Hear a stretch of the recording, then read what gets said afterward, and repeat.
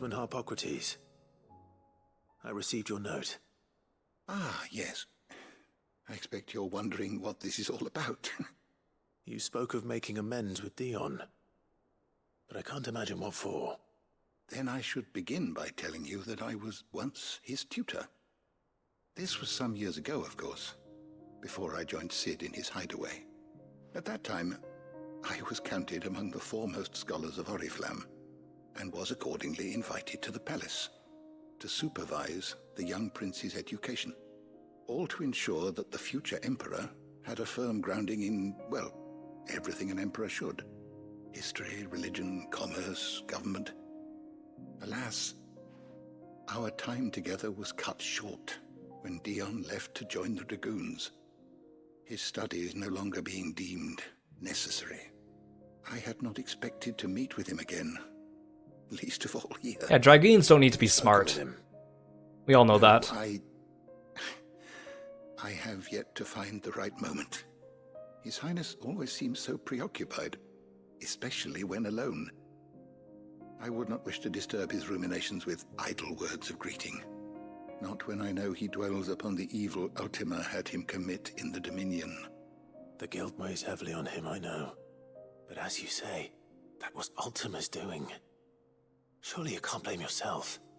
When I first met him, it was not guilt, but his people's expectations that weighed heavily upon him. And I did nothing to ease that burden.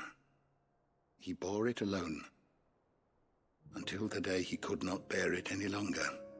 It is one of my greatest regrets that I only ever offered him my wisdom, when what he truly needed was friendship. The blame for Dion's transgressions lies not only on his shoulders, but on mine. Aw, Harpocrates. See, I'm ready to help you in any way that I can. Then I beg that you bring me a wild wyvern tail. Excuse me? Apothecaries across the ages agree that even to glimpse such a flower is to be granted inner solace. Fabulists and fraudsters all, of course. But there is oft a seed of truth to be found, where Okay. even the most... So it's a flower, not an actual worm's tail. Well, it can't hurt to try. Where can I find this flower? And how will I know it?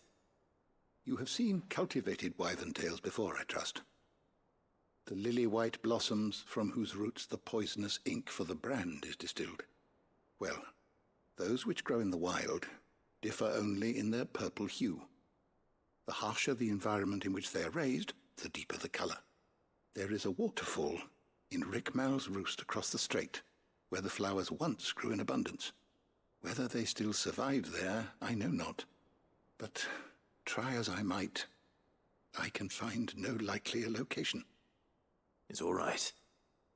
I'll find you a wyvern tail one way or another. Thank you, Clive. And please, be safe.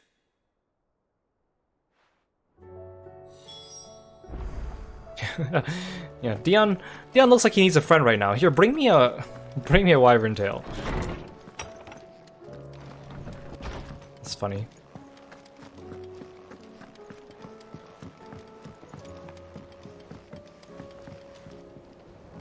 Joshua, I read your message. You're right. Jill is different. I don't think I'd realized how different, but since we returned from Drake's spine, I've felt it more and more. I suppose it's not hard to imagine why. She doesn't think she belongs anymore. And that's why we need to remind her she is still one of us. Well, it doesn't help that we stopped taking her with us. We still need her, now more than ever. That you still need her. But how to do that? When last we were truly close, we were but children. Of course. Do you remember the time we accompanied Father on his annual tour of the Duchy? And Jill and I broke from the procession to ride up Man's Hill. To see the snow daisies, I remember. It was the first time Father had allowed us to join him. And when he realized you were missing, he had the entire retinue down to the pot boys combing the countryside. In the rain. A thunderstorm forced us to take refuge in a grove of oaks before we'd even made it halfway there. It was the Lord Commander who finally found us, and needless to say, He was none too pleased. Then it seems you and Jill have unfinished business. What do you say? Man's Hill. It's not that far. Oh, true. Though I suspect it is also much changed. Little in southern Rosaria remains as it was when we were children. You're saying I should go and scout the area for bandits? I'm saying we should first go and see if there are actually still any snow daisies left. What would you do without me, Clive? I can't say my travels ever took me back to Man's Hill. I'm curious to see how it has fared.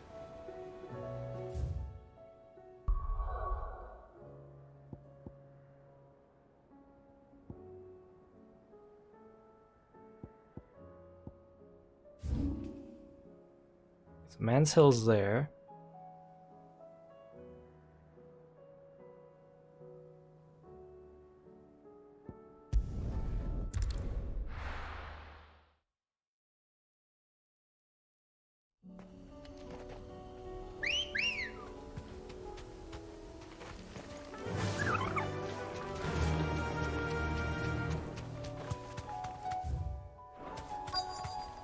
Oh, it's literally right here. Thanks, Ambrosia.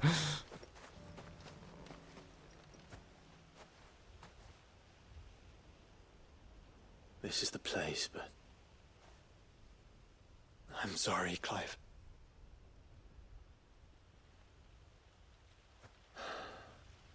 there's nowhere been spared. What do we do now? We keep looking. Man's Hill cannot be the only place where snow daisies grow. Perhaps, but it's the only place I know of. Knew of. Then why not ask someone who might know of another? Someone in the backyard. To the hideaway, then.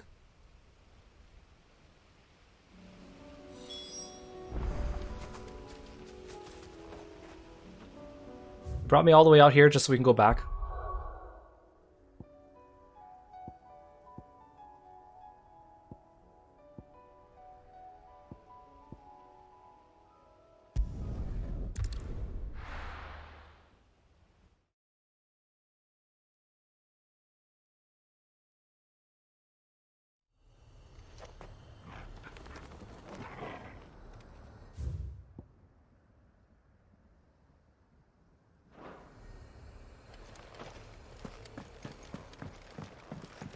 Can't call Ambrosia while I'm in the town, even though there's no one in the town.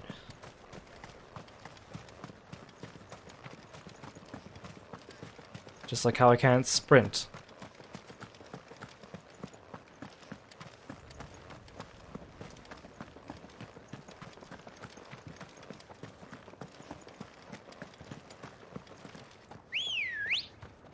Here, I'm at the Angry Gap. Come on.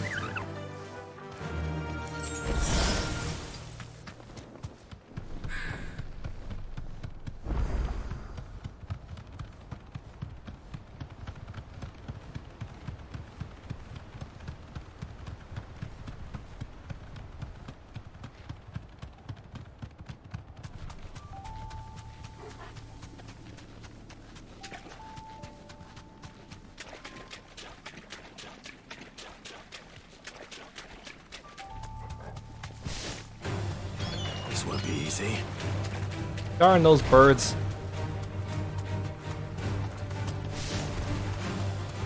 Seems this place has been flooded twice over.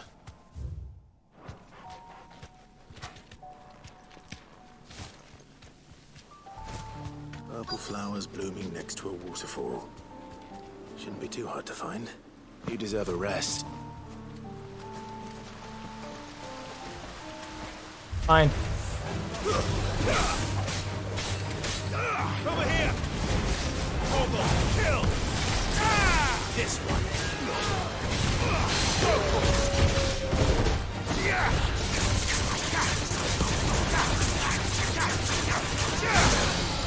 Get him! Titan!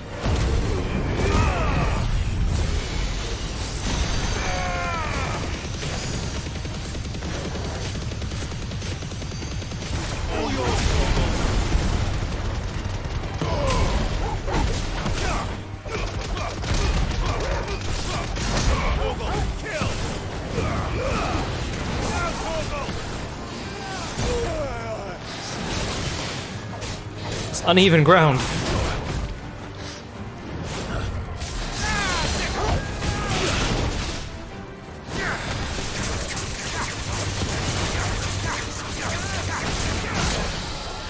This one.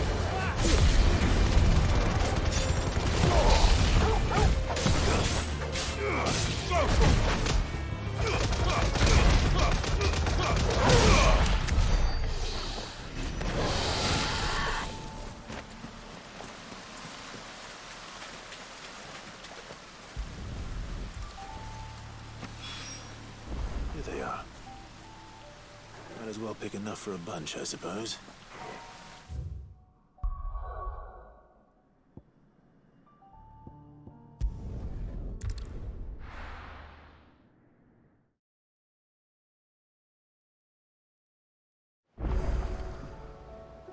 Let's hope one of the gardeners knows where to find snow daisies.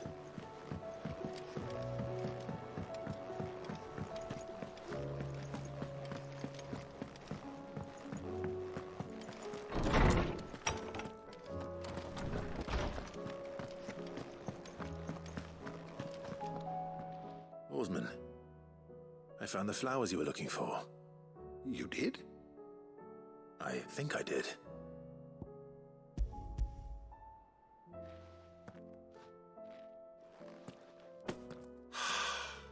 You did indeed.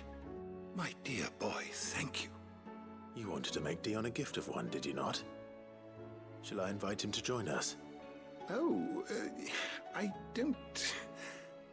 It's no trouble. I'll go and fetch him.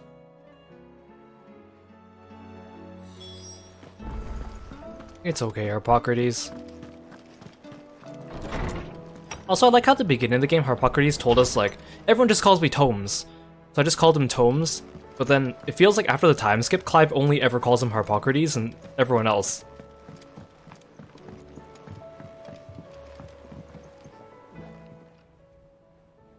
Your Highness, would you do me the honor of accompanying me?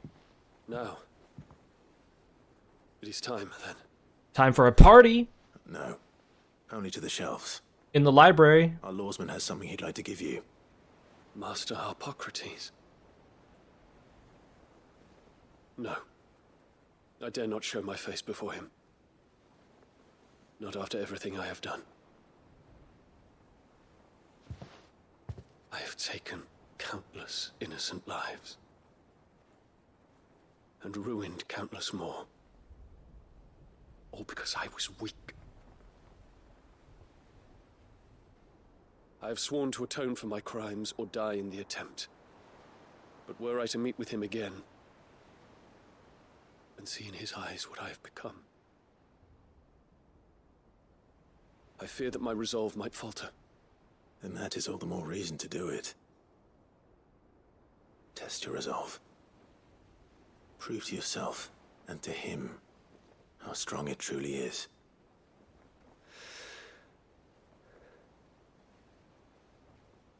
You are right. I must, at the very least, offer him my gratitude. Very well, then. Take me to him. Follow me.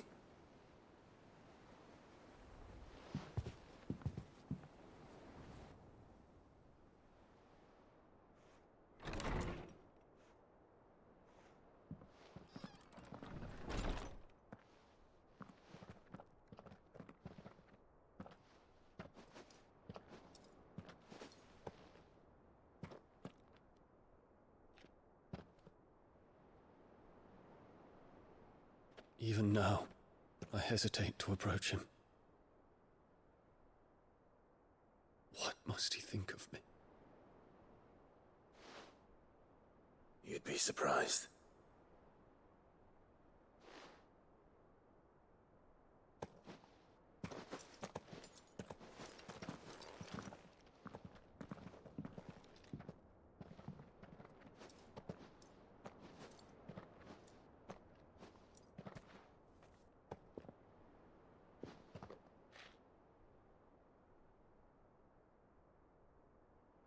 Master Harpocrates, pray, Accept my apologies for leaving your tutelage before my studies were complete.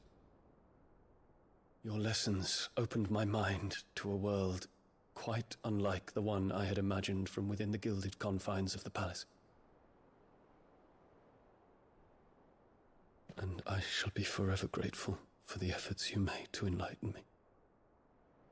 Lift up your head, Your Highness. The deeds of youth require no apology. That you took the time to visit me says much about the man you have become. Now, there is something I would like to show you.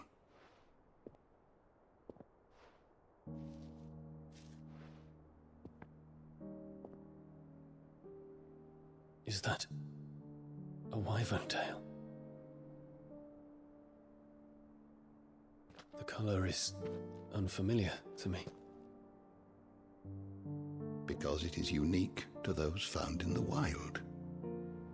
Something in the harsh environments in which they grow lends them this striking hue. It's the flower his dad kept giving Their him. roots are indistinguishable from those of their hothouse cousins, but once they bloom, the difference is immediately apparent.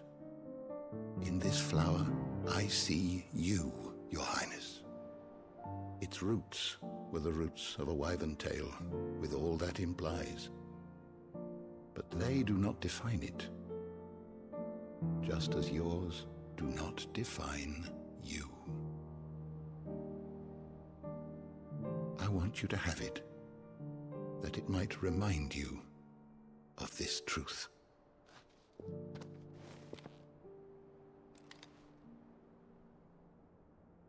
Master Harpocrates, I would ask of you a service.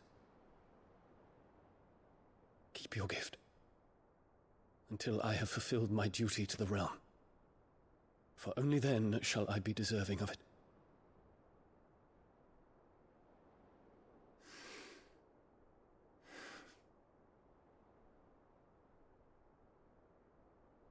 As you wish, Your Highness. I shall await your return. Aw. The flower's gonna go bad by then, it's gonna wilt.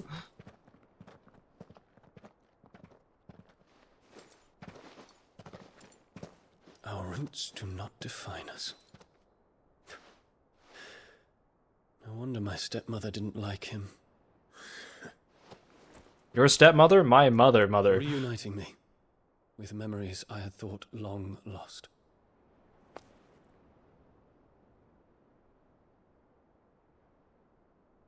I shall not forget this.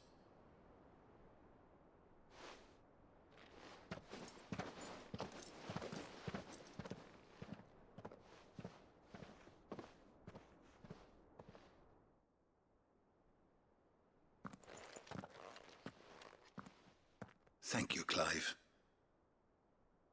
Were it not for you, I fear I might never have found the right moment to speak with him. Not to mention the wyvern tales. I shall plant their seeds, that I might not disappoint His Highness Okay, you're gonna plant them. upon his return. I hope the soul in the hideaway is to their liking. Why, these flowers bloomed in the bleak, black wastes of Waloed. I'm sure Nigel's yard will suit them to a T.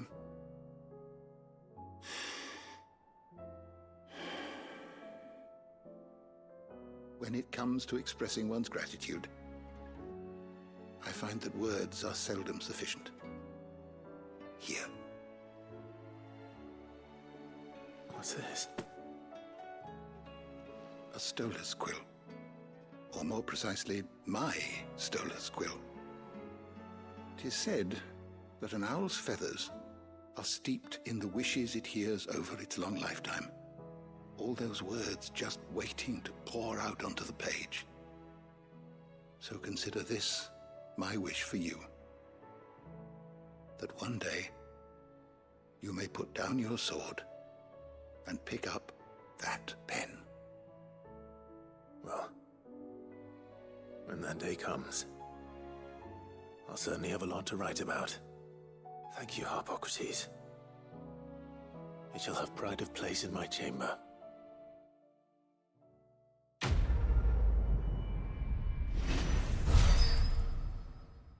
Level up?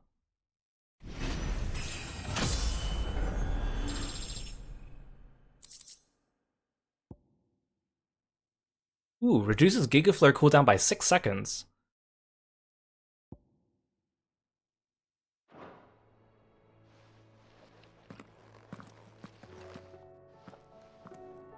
Yeah, ever since Dion came back and, like, when we first saw him with Uncle Byron, like, he's been talking like he knows he's not gonna survive all this. I really hope he does. If anything, for Terrence's sake, too. Knowledge hoarded is knowledge lost. Ask about Dion. I well recall. The time I spent at the Imperial Palace instructing the young prince on the history of our realm. He was quite unlike the other noble-born children I had taught, not only for the keenness with which he listened, but for the earnestness of his conviction. He truly believed. He truly believed that it was the Empire's duty to serve the people, and was determined to study the past that he might not repeat its mistakes. Which is the reason why what befell Twinside weighs so heavily on his soul. He must live with the consequences, and I fear it will take more than merely time to heal such wounds. It will take forgiveness. Not from you or me, nor his countrymen, nor even from his late father. No. From himself. Only then might his flower bloom again. Thank you for indulging an old man. Like, I really do feel bad for Dion. He had, like, the best of intentions. Killed his dad. Ravaged his entire country.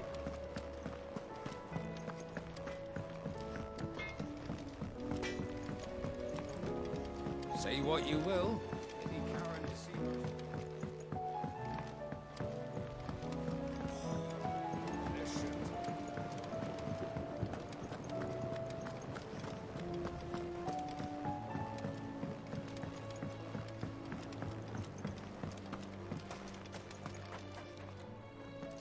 Oh. What brings you down from the heavens, Sid? I need your advice. Joshua and I are looking for a place where snow daisies grow. Preferably in abundance. Snow daisies. Then you'll want somewhere not too hot and not too cold. And where the winds are strong enough to carry the seeds. I reckon Man's Hill would be a good place to start. There in the Royal Meadows, perhaps? Both have similar climbs and the right elevation. If the Blight hasn't claimed them yet. Right. Thank you. Did you learn where we might find our flowers? The gardener here mentioned the Royal Meadows in Sambrak. Ah, the fields beyond Northreach. Well, if that's the case, then Yote was right. I recalled that she kept a record of our travels, you see. So I asked her if she'd perhaps noted anywhere that snow daisies grew, and she mentioned Oilerfeist Bay. Whose shores border the meadows. Off we go then. The winds that blow across the Royal Meadows from Oilerfeist Bay are strong indeed. Strong enough for snow daisies, it seems.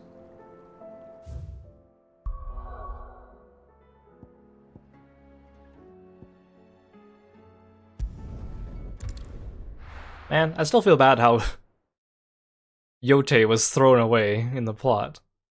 I mean, I understand the line of reasoning that led us to her The garrison is threatening to movements, I guess would be the right word to say, but I would speak with this Duke. Saw the captain just now.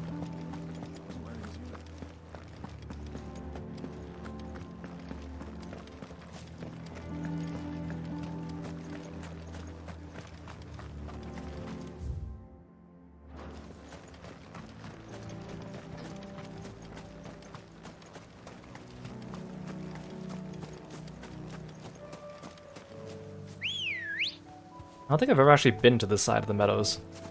Come on. Fly, Ambrosia.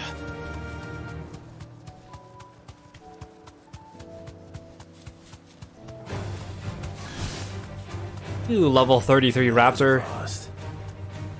Where do we even start? You think you could take me on? Yote mentioned the coastline. We can start there.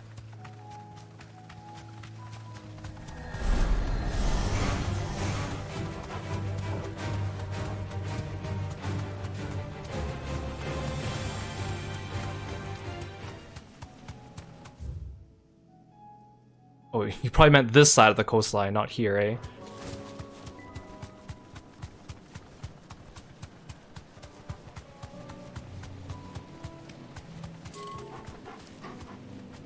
Oh.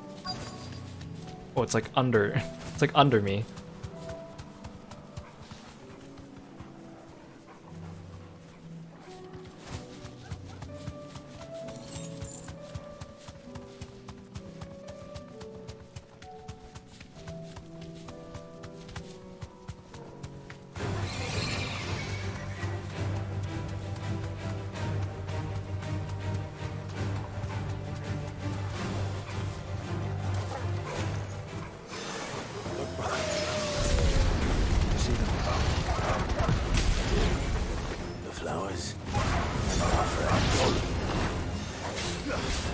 Better be careful I don't burn the flowers with my Ifrit powers over here.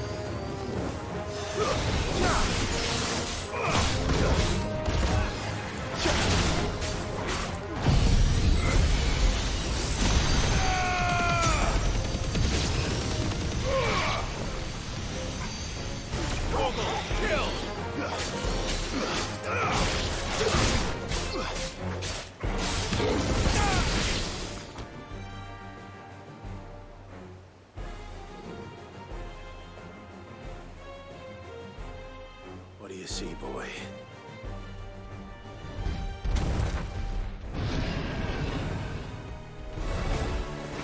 Let's hope this is the last one. Only one. Oh, he sent me flying very high.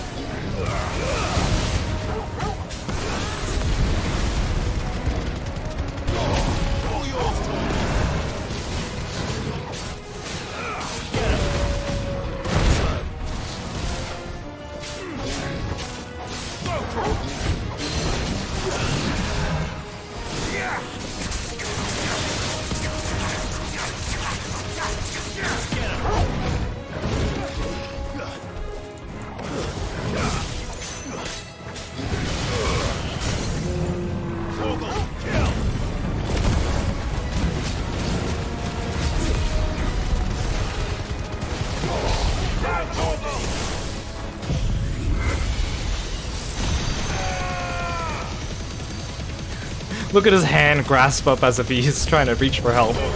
New enemies? Are you kidding me?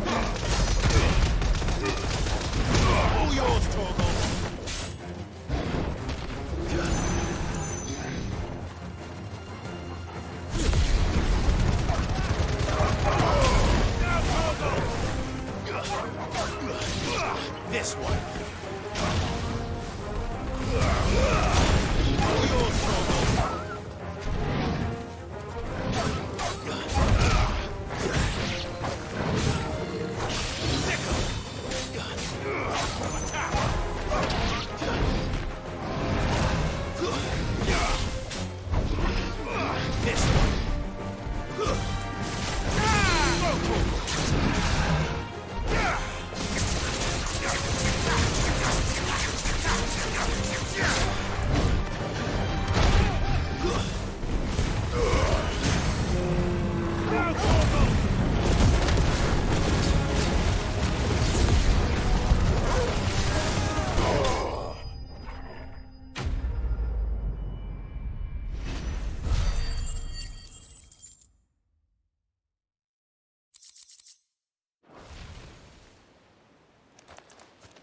That was harder than I expected.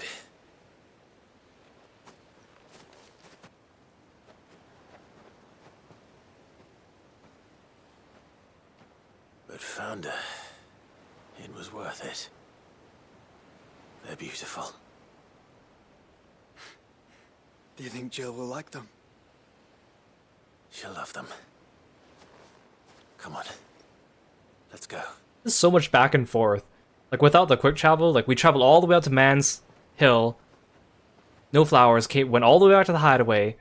Went all the way out here, look for flowers. Going back all the way to the hideaway, get Jill, come all the way back here again. It's like it's almost like we don't have a world to save, you know?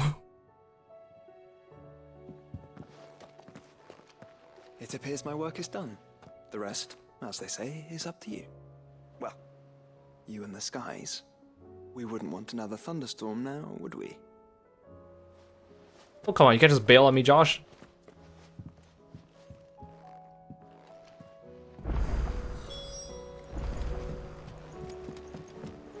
No, you needn't worry about me, Clive. I doubt Jill would appreciate my presence on your outing.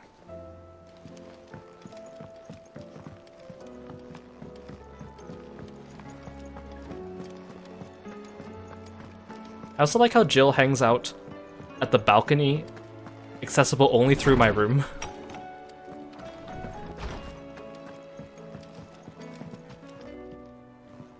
Jill, there's something I'd like to show you. There is? And where might this something be?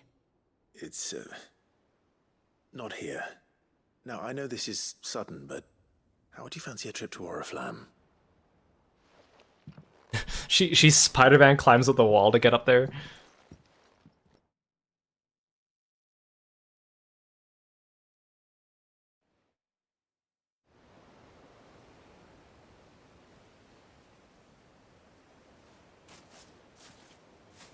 There are so many.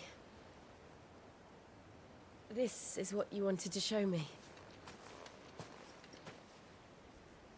Yeah, I don't know what to say. You don't need to say anything. The smile on your face is enough. We've been worried about you, Joshua and I. Do you remember when I took you to Man's Hill? Or tried to? How could I forget?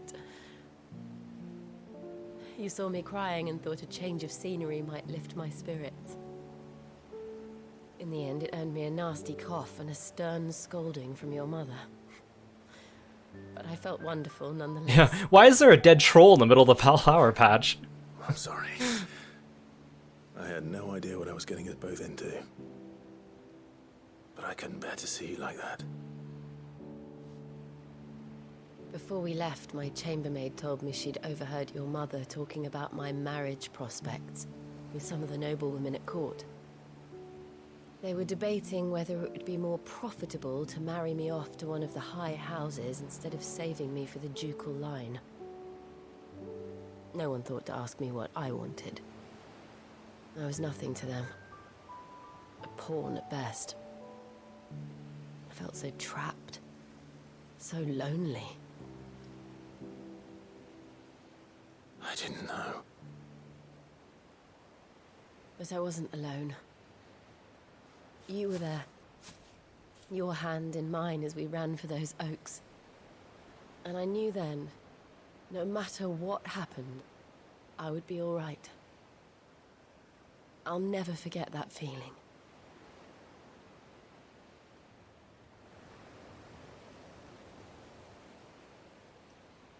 Oh, look at Torgal.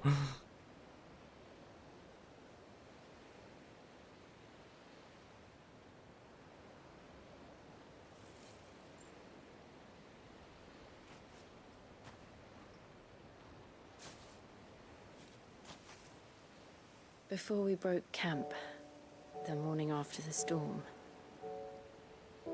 do you know what I did? No? What? I slipped away from my governess to climb the tor. And from there I saw a sea of petals, all reaching for the sun. And I realized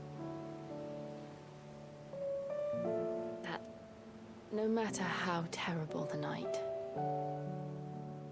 dawn would always come.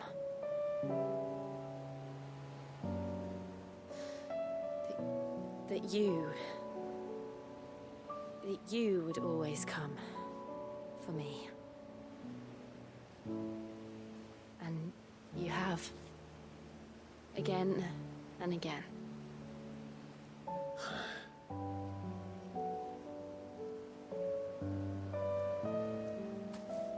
Where do you see us? When all this is over?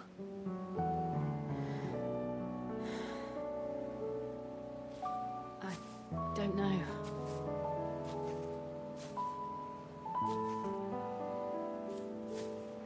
Not here, though. I think I've outgrown the twins. After everything we've been through, the realm just seems so small. I'll need some space to spread my wings. Then that's what you'll have. And I'll stop at nothing to see that you do.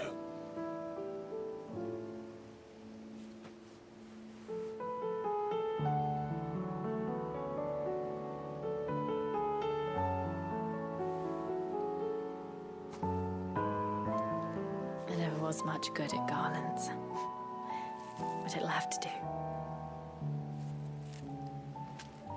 I'll treasure it forever. Put it on. Put it on right now. Thank you, Clive. For this, the flowers, for everything. Yeah, put it on, you coward.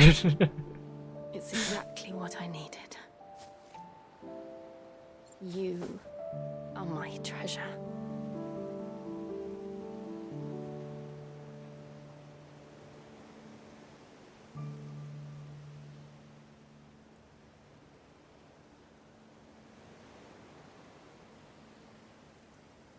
So is she gonna accompany me now? Like Joshua? Please?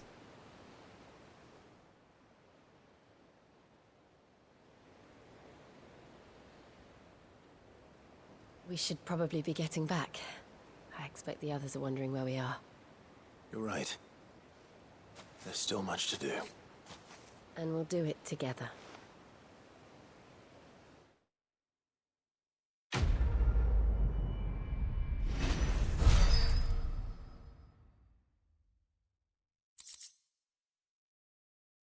Oh, we got Shiva's kiss. Thanks for the stretch, Kieran. That's funny. They gave you Shiva's kiss. Snow Daisy Garland.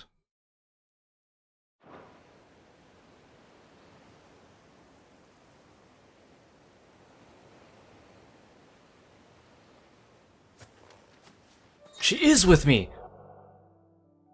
Joining hands with Jill. Jill has joined Clive's party, will remain with him until departing for Origin.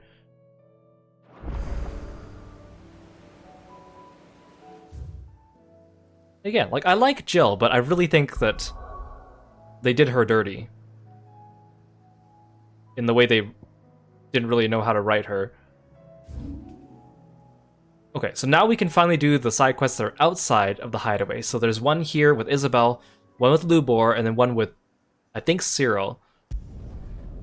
So let's finally get to the conclusion of the Dame's questline. A fortress? The garrison is threatening to pull their sentries from the market. I would speak with this duke. Saw the captain just now. Your town needs you.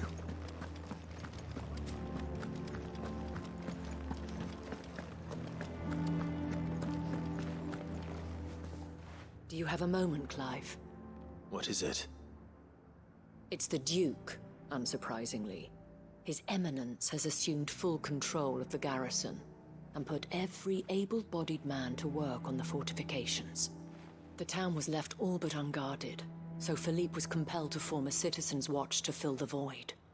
And though my dear boys have been characteristically willing to assist him in this, they want for bodies. So I was wondering if you would lend them your strength, that the people of Northreach might sleep easier, if only for a few nights. Of course. Whatever you need. Thank you, Clive. What would I do without you?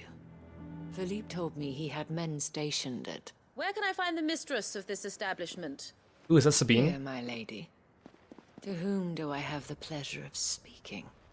My name is Sabine, and it is my displeasure to be the daughter of the Duke of Oriflamme, who I understand is causing you and your town no small amount Oh, she's the of trouble. daughter. I thought she was his I wish wife. to speak to you about what might be done.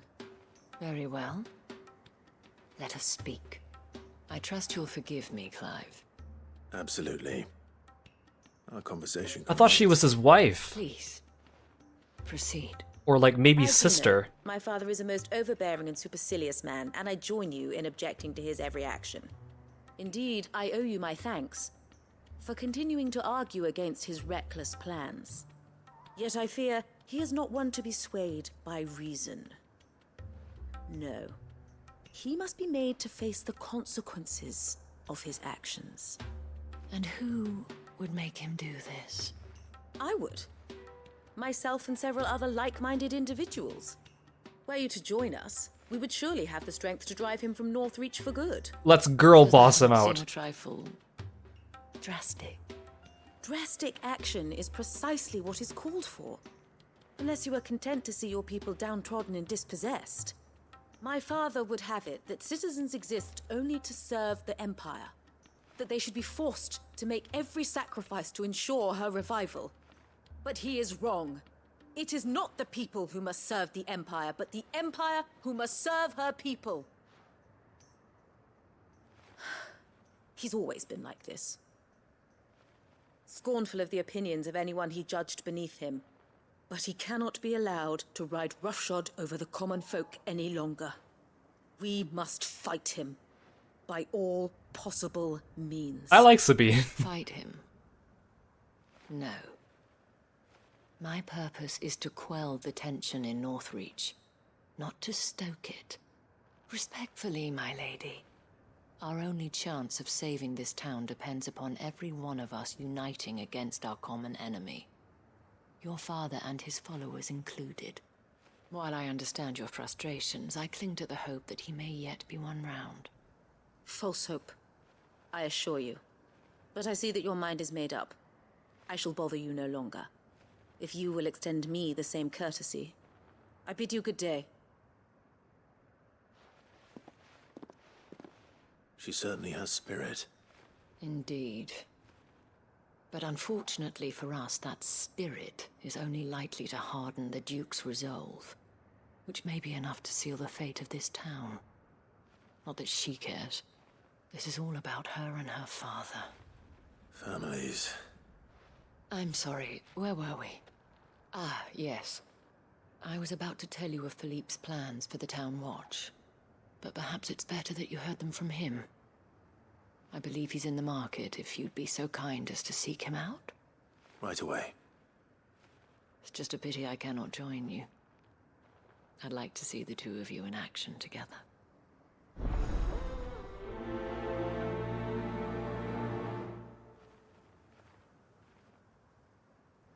The task of organizing the town watch has been taking up a great deal of Philippe's time of late.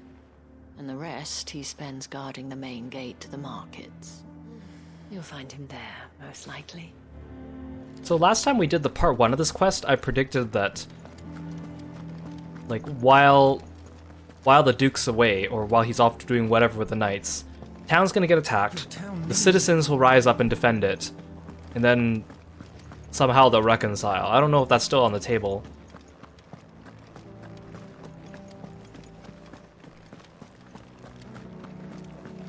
What does the dame have to say about it? So you are content Oh, to now she's abandon- talking to Philippe. Please, I beseech you. If you are a true son of Northreach, you must fight to defend your home. That's exactly what I am doing, milady. Or trying to, at least. The land is crawling with fiends, and someone has to keep watch. Even when our true enemy is hiding in the garrison? Fine. You're not the only able-bodied man in North. So she wants like an actual revolt. Thank you so much for your help. Like she wants like an outright confrontation with the Duke.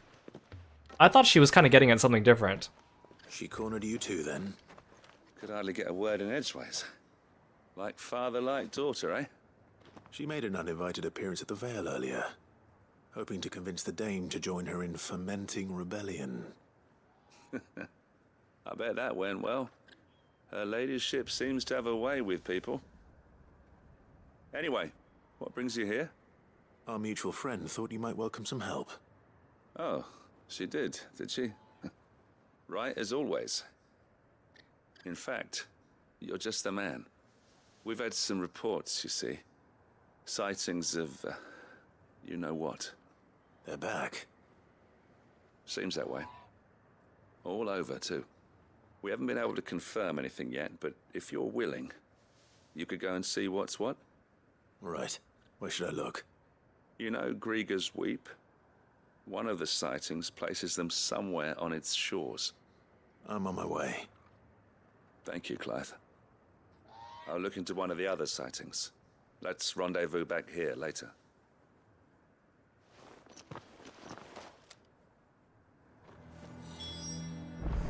I'll write you up for fomenting insurrection. Define foment. You define foment.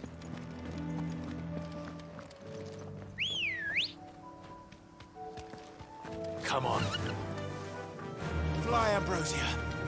Well, that's a scene, but that's a scene from The Office, by the way. I'm not just randomly spouting conversations with myself.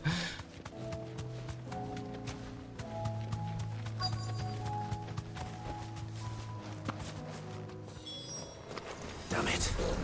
The reports were true. I need to stop them before they get to the town.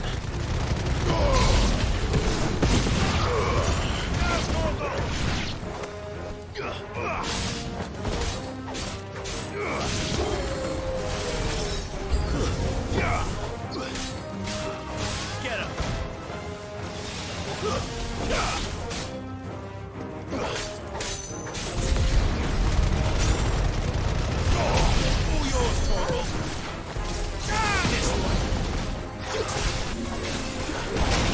Who's curing? How dare you?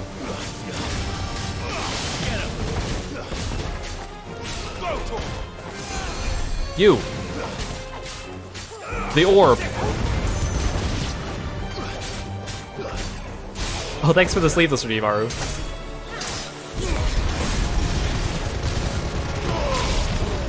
Oh wait, I forgot Jill's with me. I'm like, why am I seeing ice? I already forgot that Jill was with me. Who keeps casting ice spells at me? Call that a test, Ultima? Clive, it's me. Are you alright? I am. But it seems the reports were true. The thralls have returned. I dispatched the few that I found, though. Well, there's something, I suppose. But what were they doing south of town? They all came from the north last time. We might be able to fend off an attack from one side or the other, but from both? Do you have eyes in the north? Some. I should probably go and have a look, though, just to be sure. You head back to Northreach. I want you there just in case war breaks out while I'm away. What do you mean? Her ladyship's been busy working her magic on the townspeople. Stirring up ill feeling towards her father. But she'll have her marching on the barracks if we're not careful. What? This is exactly what the Dane was afraid of. I'll do what I can to calm things down. Be careful out there, all right? Don't worry, I'm not like you. One sniff of those things and I'm running back to town screaming blue murder.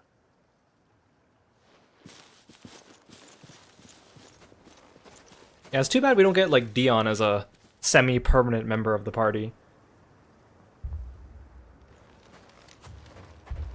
Oh, she's fomenting the insurrection. Do you not see, Father? The people of Northreach have given enough, and only a fool would ask for more. Listen to me, Sabine. Where would our people be without their country, hmm? The Empire is their sword and their shield. It is she that ensures they can live without fear. But now she teeters on the brink. Without their sword, how will the people fight? Without their shield, how will they protect their kin? Can the unarmed stand against the advancing hordes? No. But there is yet hope. A new shield, a new sword. A new empire. We can rebuild Sandbreck, just as great Grieger wills it. Perhaps we could, Father. But we don't want to. Not if it is built on the broken backs of the people. Please, let us not quarrel in the street. You must see that no good will come of this. Our fight is not with each other. but with a threat that draws ever closer to our gates. A threat that your sword has yet to rid us of, Your Eminence. You will hold your tongue, whore! How dare you? You may have filled my daughter's head with your heresy, but I will not be corrupted. Corrupted? Your daughter's opinions are her own, as you would know if you had ever deigned to listen to her. At least I hope they are your opinions, and not posturing born of a family feud. Northreach deserves better than that. Northreach deserves better than you, Carla. Yes, I know who you are. The slut of Twinside who bedded a Branded.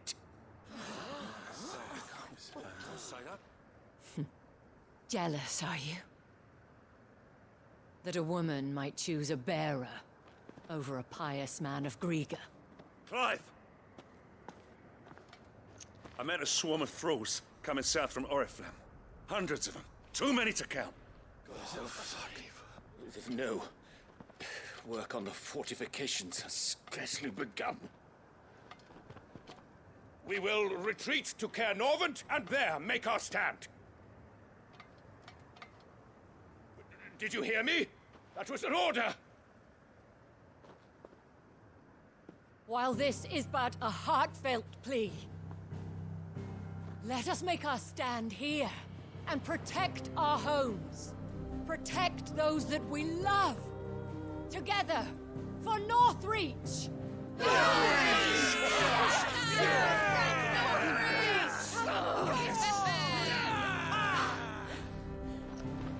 You heard the dame.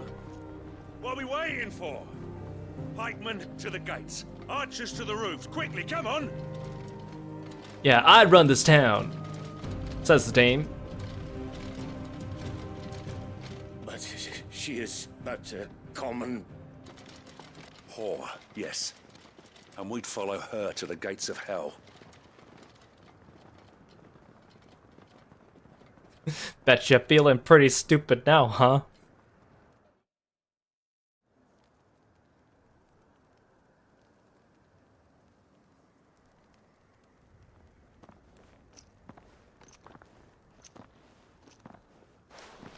The men have their orders, and they look like following them. I got them spaced out at regular intervals. Whichever direction the thralls strike from, there'll be someone there to meet them. Thank you, Philippe. Rest assured the people will play their part. The herbalist has donated her stock of medicines to me. Should any of your men be injured, take them to the Vale. We'll see to them there. Thank you, milady. I will. I'll play my part too. You still won for numbers. Unlike the enemy. I'll play my part, the one-man army. I can go some way to evening the odds. Philippe, can I leave the south in your hands? I doubt the thralls by the lake were the last of their number. Of course. I'll lead a party down that way so we don't get taken by surprise. What about you? I'll make my way up the road to Oriflamme. I fought a few of these things. And while I can't promise to hold them all back, I should be able to thin the herd. All right. But take care. Thank you. Both of you. You can thank us when it's over. Till then, madame.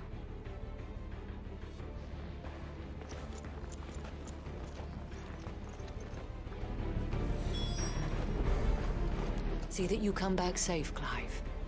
And we shall do everything we can to ensure the town is still here when you do. I like how Josh and Jill are just standing here like as if they're just not a part of this thing.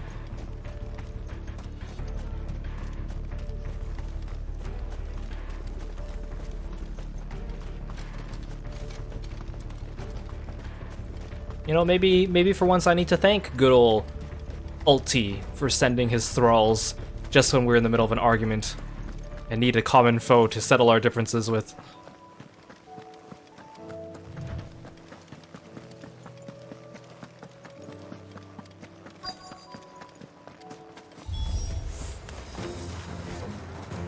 There are so many of them. Ah, nothing I can't handle. Not for long.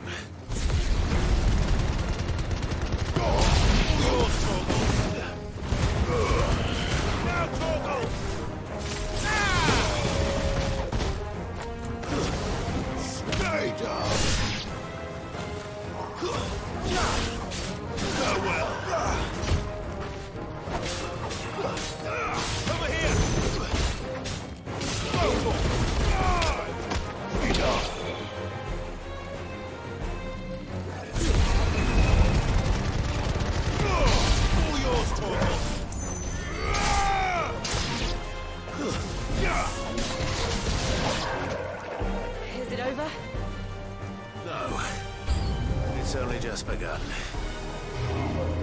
I'm glad they gave Joshua and Jill some dialogue for this quest, considering that they're technically optional party members for this.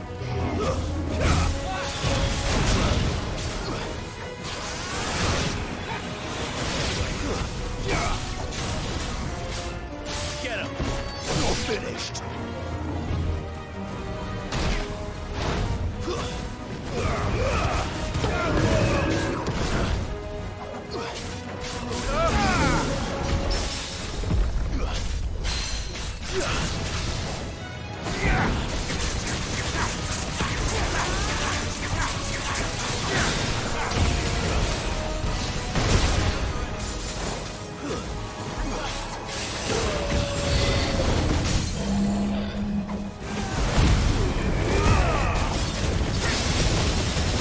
Yeah, we'll double laser him. Come on, Josh. Take out your laser.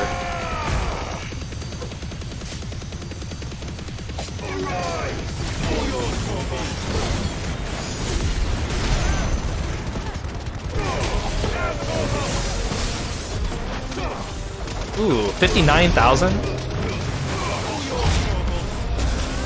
think that's a new record for me.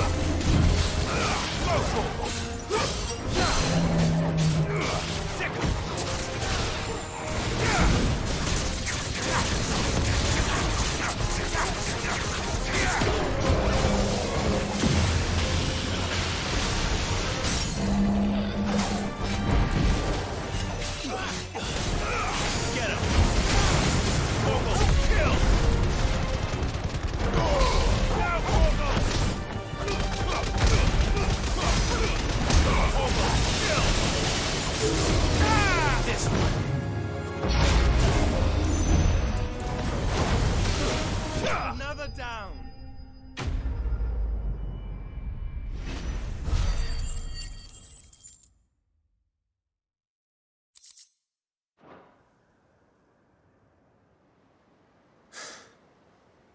That looks to be the last of them. I wonder how the others fared. Better hurry back to town. Come on, Torgal. Come on, Torgal. Oh yeah, and you too, Joshua and Jill. You don't appear in the cutscene, so therefore I do not acknowledge you.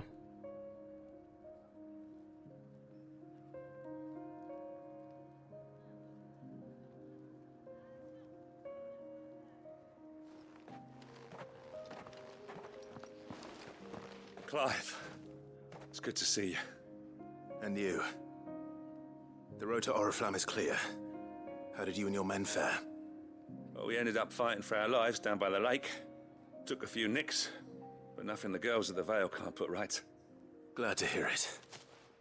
Well, it seems we've survived. For the time being, at least. I thank you both for answering the call. You were right. And I was wrong. About everything. I had thought that the only way to unite the people was under the banner of Empire. That without a strong hand to guide them, they would drift apart. To be borne hither and yon by the eddying currents of fate. But you brought them together. Not by force, nor by the exercise of goddess-given authority, but by simply being one of them. By knowing what they feel, because you feel it yourself. Our purpose was ever the same, Your Eminence. You were merely distracted by a loftier vision of empire and glory, while our eyes beheld matters closer to home. You have the right of it again. I mean, at least he's willing to as did you, Sabine. admit to his mistakes. Radiant said it himself. Sanbreque is naught without her citizens. I forgot that, and I am sorry. I'm sorry too, Father. I should never have taken things so far. I only wanted you to understand how the people felt. How I felt. But my anger got the better of me. Do not blame yourself, my dear. This was my doing. I should have listened to you. To all of you. Your Eminence, your ladyship, I do not doubt that you came here with the best of intentions. But I believe the same could be said of us all. We all want safety, security, prosperity. Not just for Northreach, but for the entire realm. And we may yet achieve it. If only we work together. Will you join us in this? Yes. We shall. Thank you, Your Eminence. Now that that is settled, I must go and see to the wounded. The Vale's doors are always open to any soldier in need of relief. And today there are more than ever before.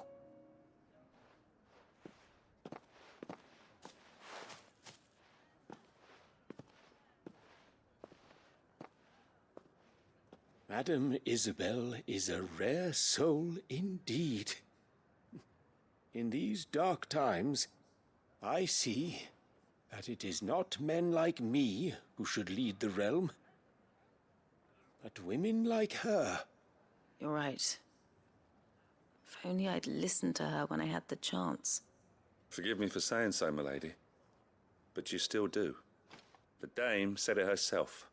We can turn things around. We just have to work together. And that goes for you, too. You're one of us now. One of you? Well said, Captain.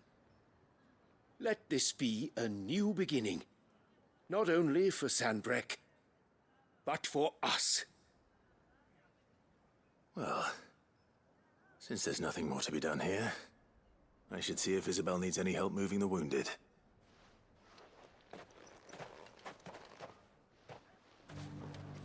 Can we get you anything?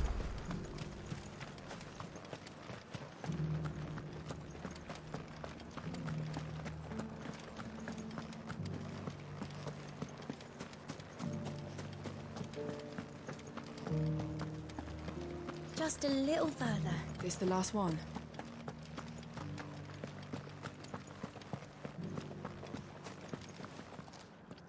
How goes the treatment of the wounded? I'd be happy to man one end of a stretcher if it would help. You've helped quite enough for one day, Clive. Thank you. Don't mention it. Oh, but I must. After all you've done for this town, it is the very least you deserve. Tell me, if Northreach had fallen, what would you have done? A woman of your means could find a home anywhere in the realm, but I sense you would rather have died here. It's a long story. For you, madame, I have all the time in the world. Do I have all the time in the world, though? Very well. Long ago, I had a life in the Crystalline Dominion. I was Carla then, courtesan to the nobility. So sought after was I that it was only they who could afford my time. Alas, those halcyon days were not to last. For naive as I was, I fell in love with a bearer. He was my master's guard, the gentlest man I have ever known. After they discovered us together, he was whipped bloody and forbidden from ever looking at me again. And so we fled. Not that we had anywhere to flee to. We wandered, aimless and starving, half dreading, half praying that the next day would be our last. Until we found ourselves here, in Northreach. It was the Vale that took us in, that fed us, clothed us, and healed our hurts. Those that could be healed, at least. My love was already too far gone. He passed away. He did. Not long after we arrived. But at least we were able to share a few moments of peace before the end. It was the greatest gift I have ever received. But the generosity of this town and her people did not end there. The men and women of the Vale supported me through my grief. Shared in it, though I was still a stranger to them. They treated me like a sister. And so I swore that I would always do the same. That I would return the kindness that Northreach showed me. That I would repay my debt to the Vale.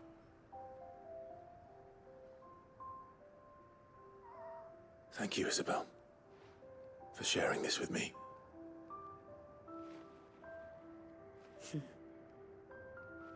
You're a lot like him, you know. Perhaps that is why I have such a soft spot for you. Never stop fighting, Clive. And I shan't either. I know that it will not be easy to keep Northreach together. But our efforts will be rewarded. Just look at us now. The people, the soldiers, even the Duke of Oriflamme and his daughter. All united in defense of this town that we have come to call our home. And what of you? Can we count on your support too? Always.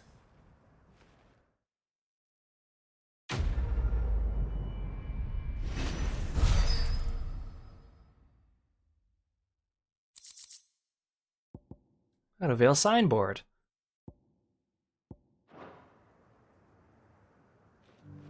We have brought Northreach together. Now the fight begins to keep her together. For if this town is to survive, we must all play our part.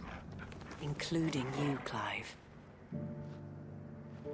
Like I said this before, but I think this game does a really good job with, like, the major minor NPCs. Like Martha, Isabel, Quentin, Eloise, Lubor. In particular, Martha, Isabel, and Eloise do such a good job of showing, like the strong female characters that aren't strong because they pick up swords and go and fight people, but because of, like, the way they have the support of the people and, you know, they're strong of character. And I think Isabel's unique in that because, like, you know, she's a prostitute. And, you know, in everyday life, you know, the stereotype for a lot of people is to look down upon sex workers, which is not right. So I'm glad that they created a character here to be not only just a strong female character, but also to envision that, to embody that, which I think is lent to the fact that the game is M-rated. Which, as I said before, like, I think they do a good job with the M rating. It's not just about showing all the blood and gore. It's not just about showing the sex scenes. It's about using these mature topics and ways to navigate the themes through these characters, which I think is great. Raisina, welcome to the stream. Thank you so much for coming by. I really appreciate it. Thank you so much for writing the shout out as well, Lork. You guys, please go check out Raisina when you get a chance. She's an amazing streamer. She also plays Final Fantasy XIV. She has a very beautiful character. She also plays, like, other RPGs, including older RPGs too. Really awesome streamer, positive vibes. Please go make sure to check her out on Twitter and Twitch and all our other social media. Thanks for coming by, Raisina. Hope you guys had a good stream. What were you playing today? I'm Kiro, the frog-themed martial artist. We're playing Final Fantasy XVI. We're right before the end of the game, doing all the side quests before that. Feel free to sit back and relax or go take care of yourself after your stream. Oh right, you're also playing 16. I think last time I checked you were doing like hunt marks post-game or something like that, right? Hope you're enjoying it.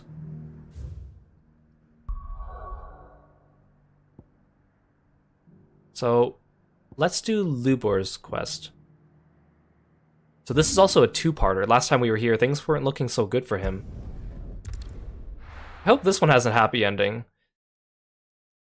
I mean, all these side quests have, like, positive endings, or optimistic endings, not necessarily happy ones. But I hope he gets a happy ending.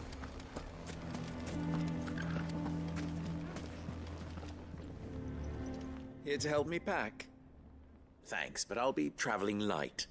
I'm almost finished already, in fact. You're really going to go through with this, then? I am. But before I go, there is one small issue I'd like your assistance with. Well, 2, in fact. 2? If it's within my power to help you, I will. It's the children. I refuse to let them share in my disgrace. And if I leave them here, they surely will. Our friendship would see them ostracized forever. But I can't take them with me either. I can think of only one place where they are certain to be safe and provided for and loved. The Hideaway. Thanks for coming, Hikaru. Hope you have a good sleep. We'll catch you next time. Take care, take care. Of course. The children would be more than welcome. Thank you, Clive. I will not forget this. Do you want to come to the Hideaway, Lubor? Are you still here? What is it, Ferda?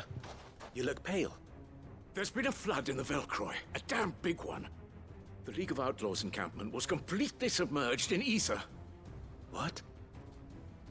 Every last one of the bastards has turned, and they're headed this way.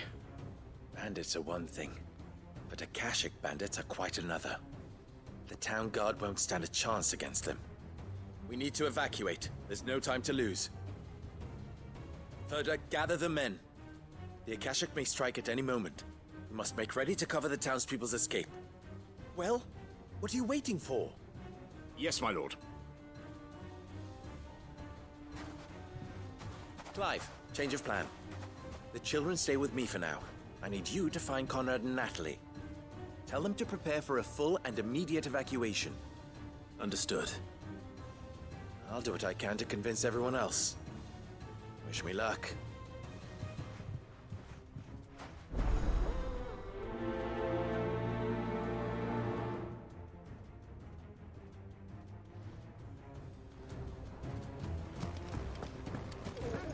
You have to listen to me. They're coming. Why do they always have to make such a... Huh? What's the command? Ah, it's you. What do you want, Lord Underhill? To pass on an important message. There's been an ether flood out in the Velcroy.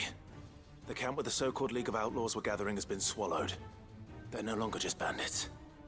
They're Akashic now, and they could be here at any moment. You need to begin preparing for a full-scale evacuation right away. Oh, do we? And who was it who gave you this disturbing news, my Oh, shut up, you. Just listen to me. Lubor, perhaps? The man spreading the same poison out in the square as we speak. You may believe his lies, my lord, but we know better. Oh my god, you guys are so stupid. About something like this. Some twisted attempt at revenge, perhaps. If he had not been unmasked, he may well have been elected our leader. A great honor for one of his kind. One he might well feel aggrieved at having been denied. Oh my god, you guys are so Lord petty. Underhill, forgive me, but it has become all too evident where your sympathies lie. Well, it has Lubor become cannot also be apparent trusted, where and your neither brains lie, therefore and they are not within this you. building. You may not trust me, but for the sake of your people, ask yourselves if there is any chance that this is true. There isn't. You can be certain of that. Now be off with you. Have you gone to look outside at all, man? You're making a mistake. It's no use. Words will not move them. Then we must find another way to ensure Dalamil's survival. You're right. Let's speak to Lord Ferda. I think we'd better shut up. What's Lubor raving about now? You know, it's kind of nice that they added, like, dialogue for Joshua and Jill, considering, again, they may or may not actually be with you at this point, depending on whether you've done their side quests.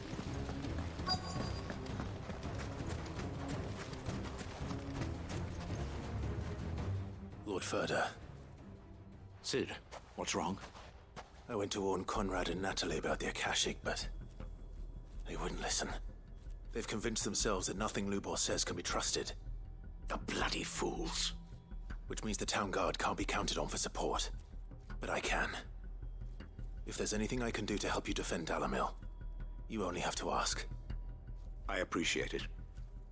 Sid! Ferda! I've been looking for you everywhere. Victor? I thought you'd left.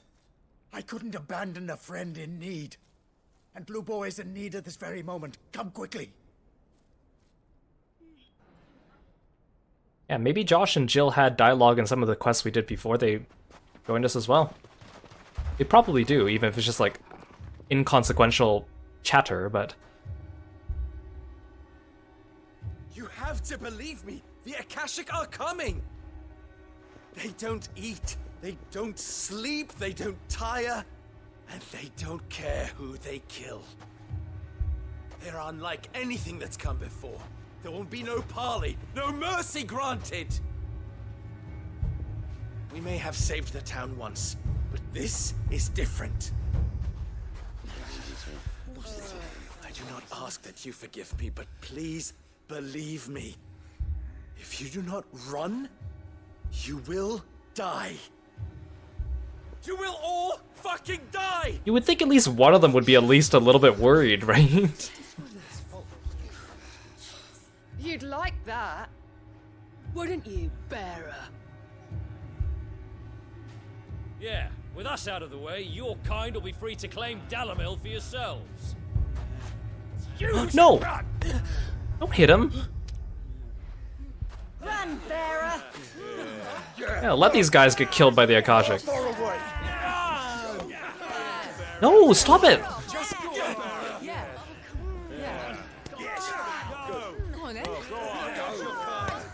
Why are there so many rocks? Wait, someone's coming. Yeah, an Akashic. Oh, the kids. Stop! You're hurting him!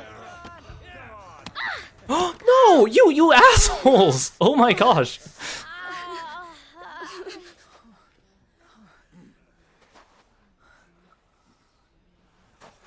You assholes! What did Lubor ever do to you? He solves all your stupid problems, and he keeps all of you safe. You know there's nothing he wouldn't do for this town. Who was it who made that cleaver you use every day, Conrad? And what about your counting table, Natalie? Who fixed that? Whose men make sure the streets are clean so all your boots don't get dirty? And all these rocks are lying around. Who spends all day, every day making sure things run smoothly around here? Dang, these kids are good. And none of you ever say thank you. Ever. But did Lubor ever complain? Well, does he ever stop smiling? He keeps this whole place going. And you act like it doesn't even exist!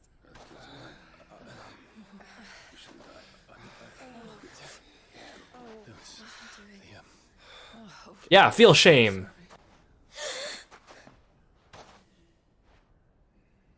Lubor, we have heard enough. Wait! We will not run.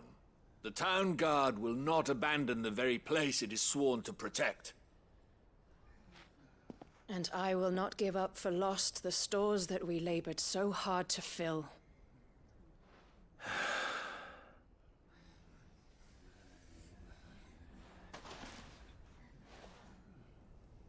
So tell us, how do you propose we deal with these Akashic of yours?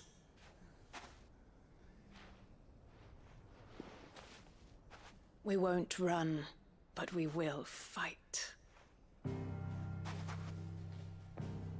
All right, then. Oh, Lubor. Fine.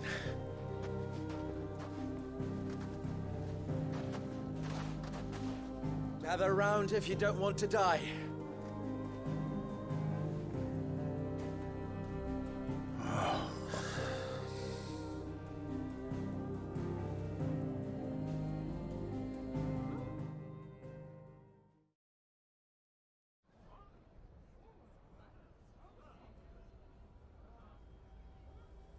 Allow me to explain the situation. The ether flood occurred near the village of Cheratina, deep in the Velcroy. The place had been abandoned for years, until the League of Outlaws decided to make it their base of operations. Now they're all turned, and if the scouts' reports are correct, heading in this direction. They are mindless monsters, driven only by hate and rage. And they are utterly unpredictable. With the bandits, we at least knew how and where they were likely to attack. When these creatures come, Dalamil will have the bitterest fight it has ever faced on its hands. The town guard will muster at the north gate. The rest of us will take the south. How many Both Akashic forces bandits will are provide there? men to serve as scouts and messengers, ready to spread word of the size and nature of the Akashic force. Because we already as killed like a soon as bunch it of the is spotted. bandits. And as soon as it has been, we will converge on its position and see that it is driven back from Dalamil at all costs. Conrad, can I count on the support of the town guard? Always. I leave the selection and coordination of the messengers in your hands, Victor. And the command of our men in yours, Ferda. If you would both be so kind. Consider it done. As you wish. Natalie, I would ask that you and your people have the townsfolk barricade themselves inside the bathhouse. And tell the merchants not to waste time securing anything beside the essentials. Preserving life is our one and only concern. As long as we survive, it doesn't matter what trinkets we might lose. Our riches can be regained. And if anyone doubts that, let it be known that the Briar's Kiss stands ready to cover any losses. Very well. I shall tell them. Where do I fit into this plan? You are a one-man army. Where else but the most perilous place of all? I would like you to travel to the home of our erstwhile League of Outlaws, Cheratina itself. The main host is most likely still there, and Dalamil will not be safe until it is eradicated, root and branch. A little gardening. How pleasant. I doubt it. I have a feeling these weeds will be particularly stubborn. Luckily, so am I. So you are. All right then, we all know what we have to do. Now it's simply a matter of doing it. For Dalamil. Watch Clive go out and destroy all the bandits so none of them ever make it to the town, and then everyone's like, you were lying, Lubor. There weren't any bandits because none of them made it here. Ready. I better not keep them waiting. Suffering from success.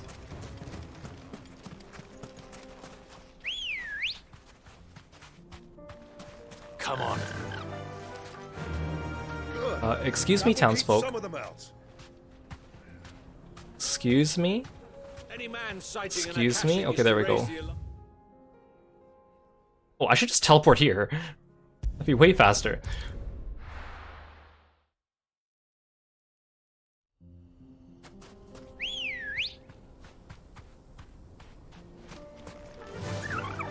Fly, Ambrosia. There it is. The flood. But what's waiting for us inside? I'll just walk Ambrosia straight into this flood. She'll be fine.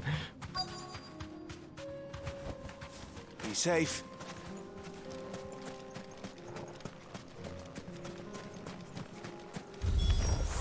We can't leave a single one alive.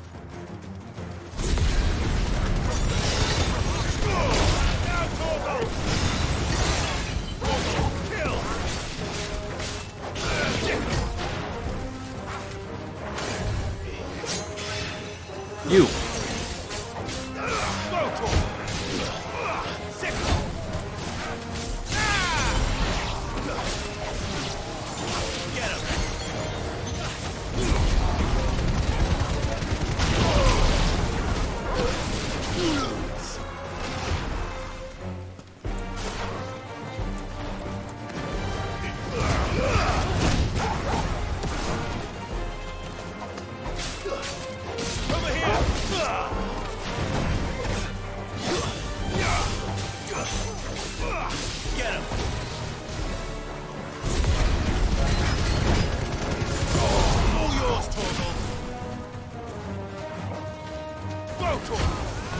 This is an Akashic gentleman. He looks very gentle.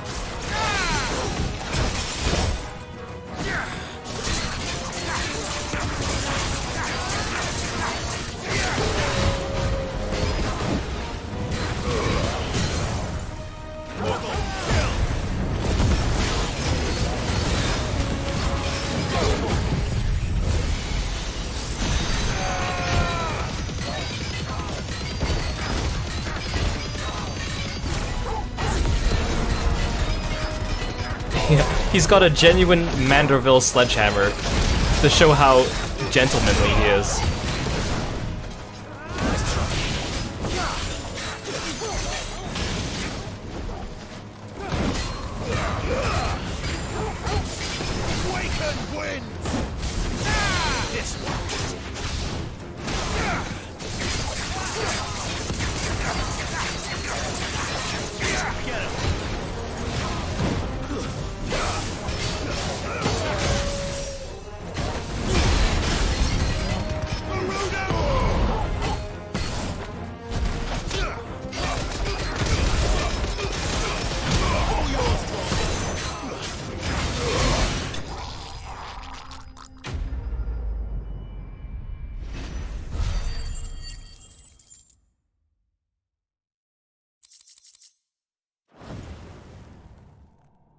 The League is disbanded.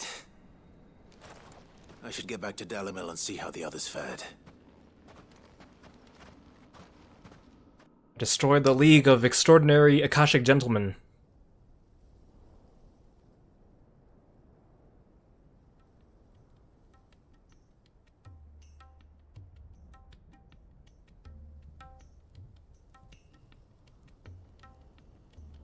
All the Akashic we were able to find have been dealt with.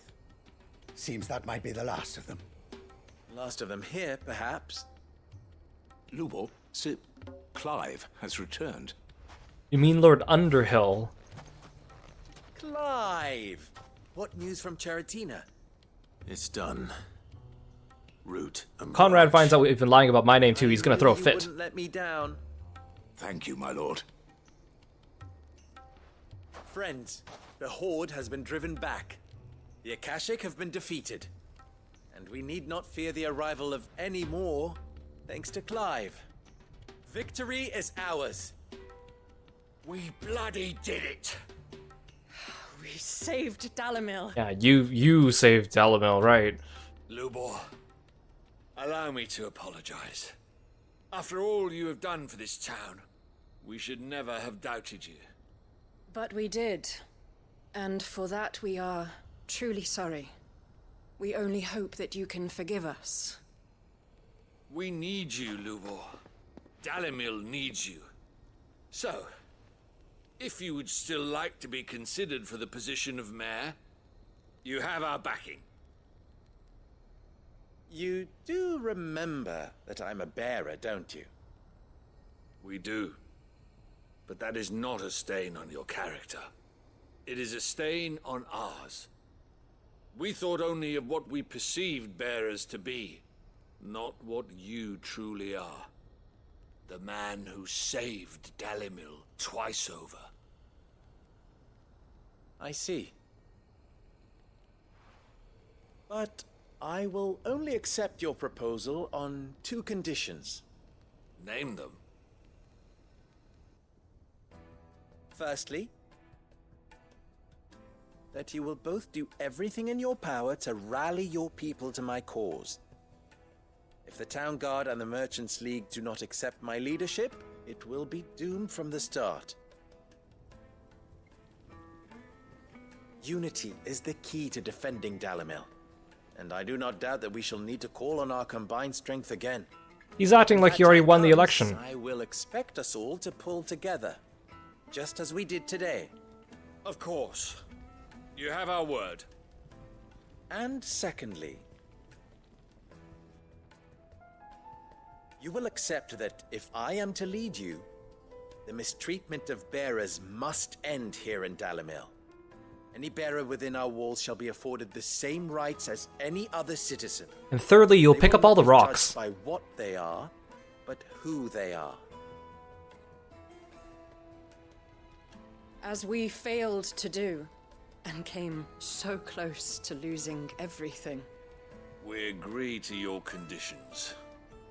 And we have only one in return. That you continue to work for the good of Dalimil, as you always have.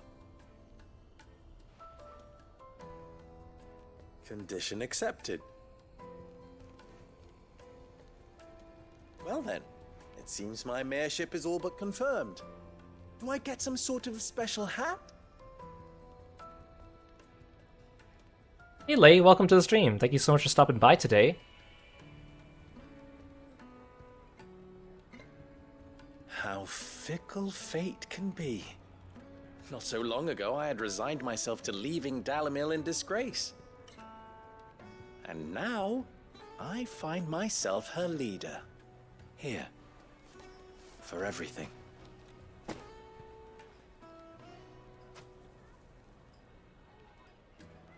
Lubo. About the children. Fear not, you are of course relieved of your responsibility. I would sooner face another horde of Akashic than see them brought up as outlaws. I'll make sure they're safe here. I don't doubt that you will. And not just the children, but everyone in Dalimil. I'll do my best. Can't have all your hard work going to waste. I think it'd be fun to have like a quest between Lubor and Blackthorn as well, because they're both smithies. Just to see like Blackthorn being a hard ass and Lubor being nonchalant with each other.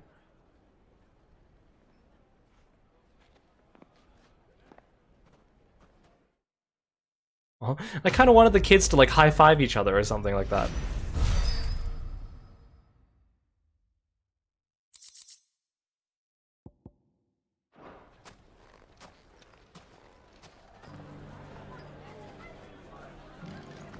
I shall devote my every effort to creating a haven for man and bearer both. Just like a certain someone else I know. Someone to whom I owe a debt of gratitude. Well, I certainly didn't expect it, but Dalimil seems more united than ever. I'll have to redouble my efforts to bring Costness under control.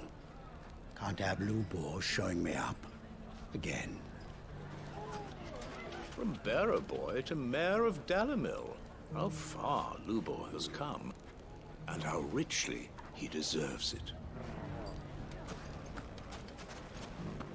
I knew they'd change their tune.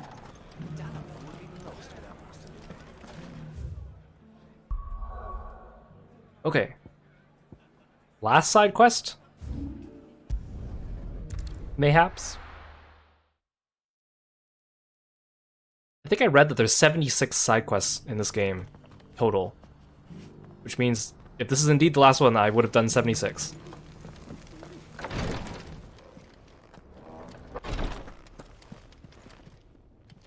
Lord Marquis, if you have a moment. What is it, Cyril? One of our brethren lately journeyed across the strait in order to pursue a new avenue of inquiry in our ongoing investigation. He sent an owl some while ago, but we have heard naught from him since. Was he surveying another fallen ruin?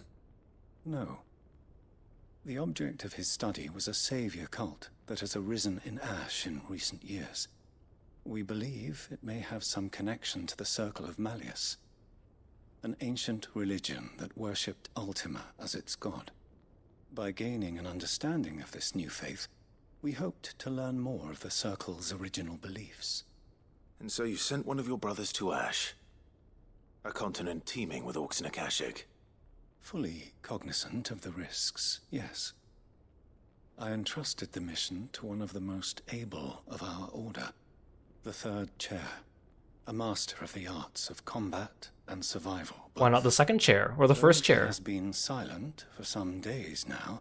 I have thus far refrained from sending any others in search of him, lest they be lost in turn. Yet, it seemed only right to inform you of the situation, given your unique experience of the perils of Ash. For as you so earnestly advised me, it would not do to abandon a man to his fate, when he might yet be saved. It would not. But Ash is a big place. Can you be any more specific? Perhaps. The last owl I received from him mentioned a village where he had heard the cult were wont to assemble. Mickleburg was its name. It lies in the southern reaches of Waloed. If aught ill befell him, I expect it did so there.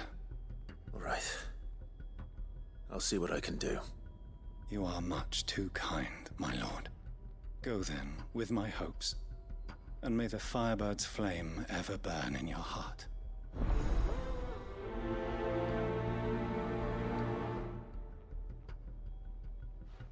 I'm a bit disappointed that Yote doesn't get a second side quest, because she had one side quest. But, although it was meaningful, she really deserved at least a second side quest. When last I heard from him, the third chair was bound for Mickleburg. If you mean to seek him out, my lord, I can think of no better place to start.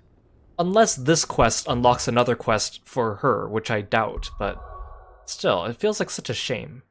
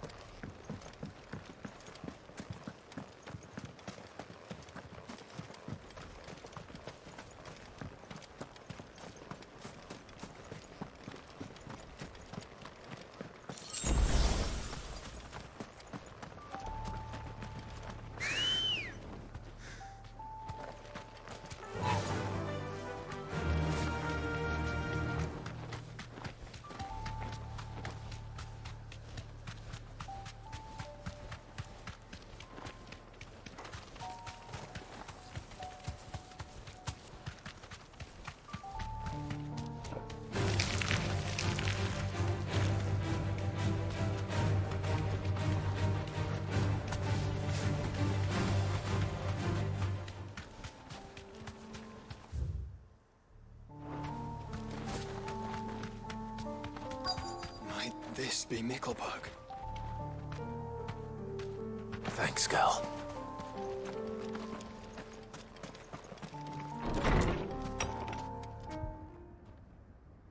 Oh, there's still cultists here.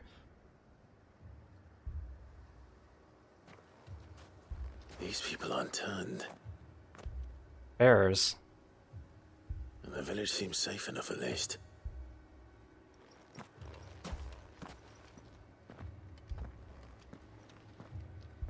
Or they might not be bears. Maybe the flood hasn't reached here. Ah. Did you, too, heed the call? Heed the call? No, I came here looking for someone. To be honest, I wasn't sure I'd find him here. Let alone all of you. Is that so? What are you doing here? Is this where you live? It is my home. The others, they heeded the call. You keep saying that. What do you mean? They came here to perform the rite, just as King Barnabas instructed. This village is their altar, where they shall cast their souls upon the gentle waters and give themselves to the Lord. Give themselves? Oh, Lord, cleanse us of our sins.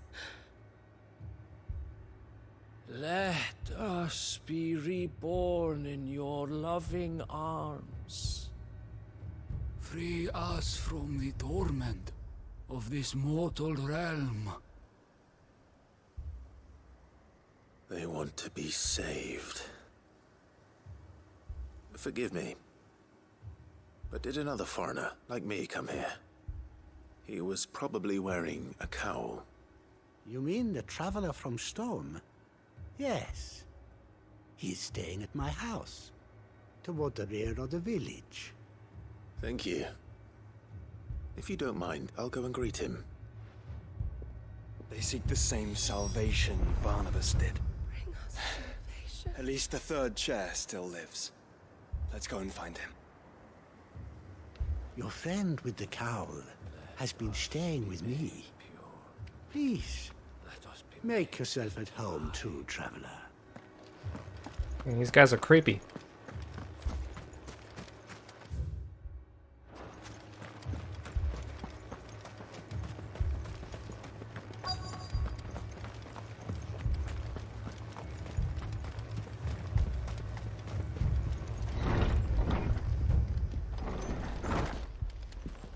Don't tell me you joined the cult too. Excuse Aru. me. Are you with the Undying? Thanks for the sleepless stream. I am. And so it would appear, are you? Lord Rosfield, if I am not mistaken. That's right. And you must be the third chair. I am. Cyril was worried for your safety. He sent me to find you. Then I must apologize. I did not mean to trouble the bearer of the burning quill. Much less you, my Lord Marquis. He said that you had failed to report. Is there a reason for that? I came here to study the followers of this new faith. But the more I learned of them, the more my own faith began to falter. Oh no, he's getting brainwashed. You have seen them at their prayers, have you not? They devote themselves to the veneration of their Lord with a fervor I have never seen before. Praying night and day that they might be rid of their wicked wills and reborn in their Saviour's light. Not that they might be granted respite from their worldly woes, but so that they might continue to serve him. Serve him with all of their beings. I, too, swore to devote my life to the service of my Lord and Master, but this... 'tis different. It is more. And so I would see it through to the end. See these people safe, that they might achieve their dream. That they might do their duty to their Lord. Even if it should keep me from doing my duty to mine. You do understand what their dream is, don't you? I do, my lord. They would cast aside their wills and become Akashic. I know that it may be hard to believe, but to these people, that is the very essence of salvation. Forgive me, my lord, but I must remain here. If you are to return to Master Cyril, I would consider it a great... Did you hear that, my lord? Something is happening. I'll go and find out what. Stay here. Yeah, this guy calls himself the third chair. Maybe he's just furniture, looking for the Golden Land.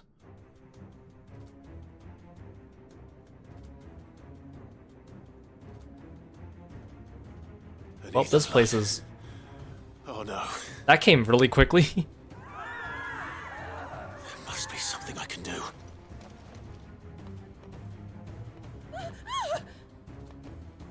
Echoes as well. Found her. Ready, brother? Ready.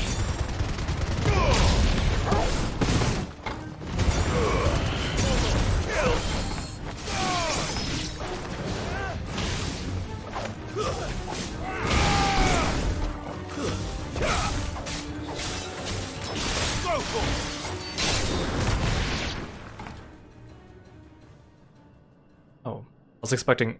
Wait, actually, there's gonna be more. I was gonna say there wasn't a victory screen. What now? It's gonna be a big dude.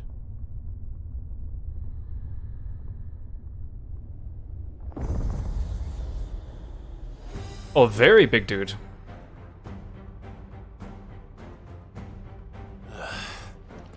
We meet again. I've killed your kind. Hey, it's Titus.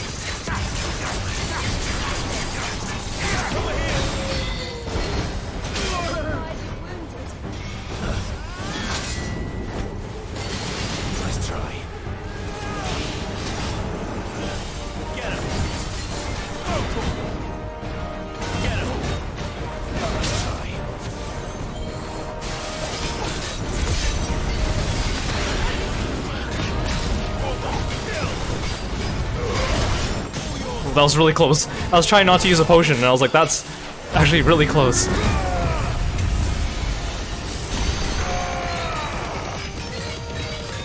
He nearly killed me.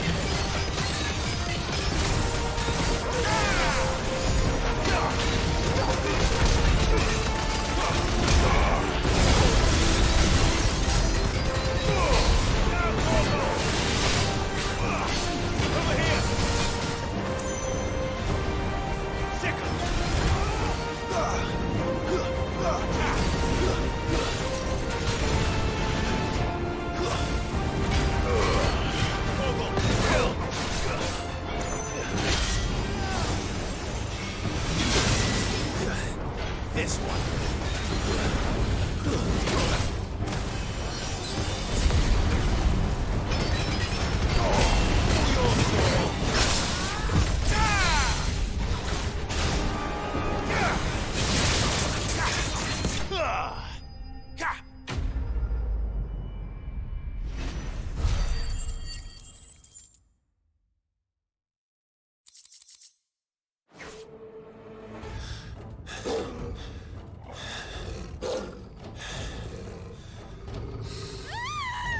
Thank you for the stretch, Lork.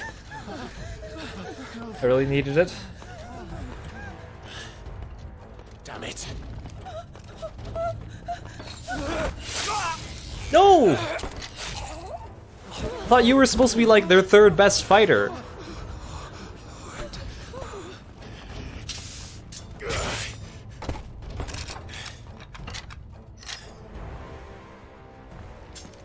Don't you die. Come on, speak to me. Got stabbed straight through the chest, Clive. I had to save them, that they might have a chance to find true salvation. By devoting themselves to the service of their Lord. Oh, they're turning Akashic. Just as I did, when the Undying plucked me from the gutter and gave me a cause to believe in. A duty to serve was everything to me, and I would not deny them that fulfillment, even if they must become Akashic in order to achieve it. Forgive me, my Lord Marquis. I did not mean to trouble you with this. My findings. Could you deliver them to Master Cyril for me? Of course. Your duty will be done.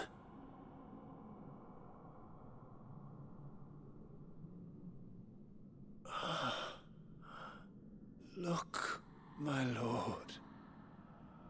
They are saved. Yeah, they're gonna turn Akashic and attack me.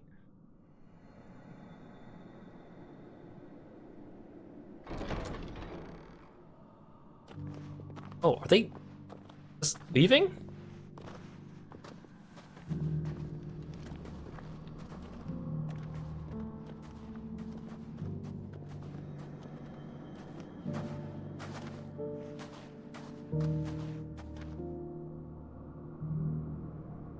Oh. Yeah, where's everyone going? Bingo? The Akashic are basically zombies, so... Curious and curiouser. They are saved. Founder. I should get this report to Cyril. At least they walked me back to town. Here, take a look at my wares. Of course. Maybe use a potion, that asshole.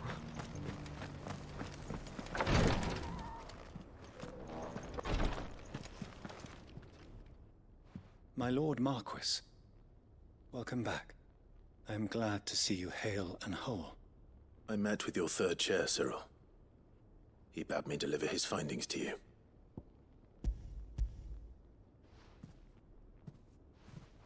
Thank you, my lord. He remained in Ash? He died protecting the villagers from an echo. I buried him in Mickelberg. I'm Sorry that I couldn't save him. If you could not save him, no one could. The villagers, they were believers in this savior cult. They prayed to their god that they might be unburdened of their wills. Then an ether flood came, and their wish was granted. Your brother sacrificed himself that they might live, even knowing that that life was death by another name. Then he perished defending liberty.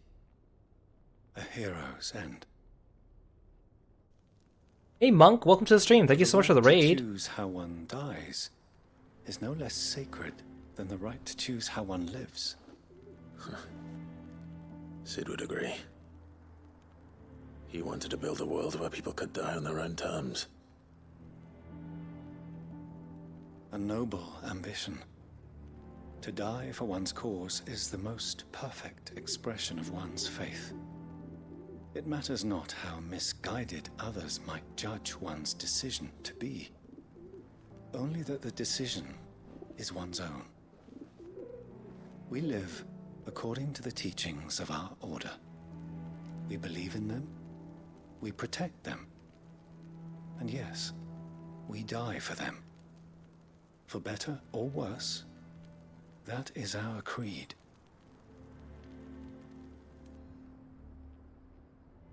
But he didn't die for your creed. He died to save them. And you still believe that what he did was right. I believe that he believed it was. We of the Undying are not slaves, but willing servants. And this was his will. The ultimate expression of it. All right. I'd like to know this man's name, Cyril. To know the names of all the Undying who've fallen in the line of duty. Yeah, his name was Who died Third serving Chair. their house. It's only right that I remember them. That is my duty. Of course. I shall fetch the Book of Martyrs at once. My lord, it has been, and shall ever be, the greatest honor of my life to serve House Rosfield. Though our duties may differ, yours is no less important. I pray with all my heart for your success. And were they here, I have no doubt but that every one of my fallen brothers and sisters would feel the same. There you go. Sorry, that conversation went longer than I thought. Welcome, Raiders. Thank you so much for coming by, and thank you so much for giving the shout out to Monk. Go follow Monk when you get a chance. He's a really cool streamer, plays a lot of really cool games, cool, chill person, handsome VTuber. Please go make sure you give him a follow. Hope you guys had a good stream.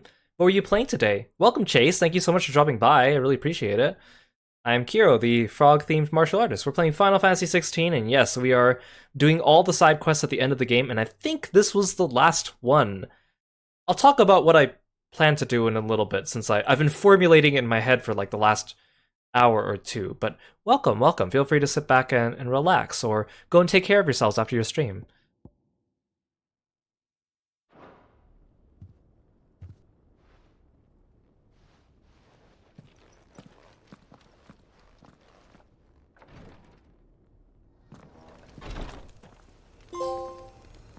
Oh, there we go. And they opened up my mind. Shall have the Book of Martyrs fetched from the requiratory forthwith, my lord. But prithee, do not let me keep you should you have more pressing matters to attend to. The volume will be waiting for you when you next return. Oh. So do I actually have to come back to, like, get a glance at that? So we didn't talk to Martha today because she didn't have a quest because we finished Martha's quest last time. I just want to check in with her and see if she has new dialogue just because this will be our last chance. You started playing FF14 and then moved on to FF10. The remote play was being goofy, so you swapped over to Hades. Oh, I love Hades. Good, good. Sounds like you had a fun time.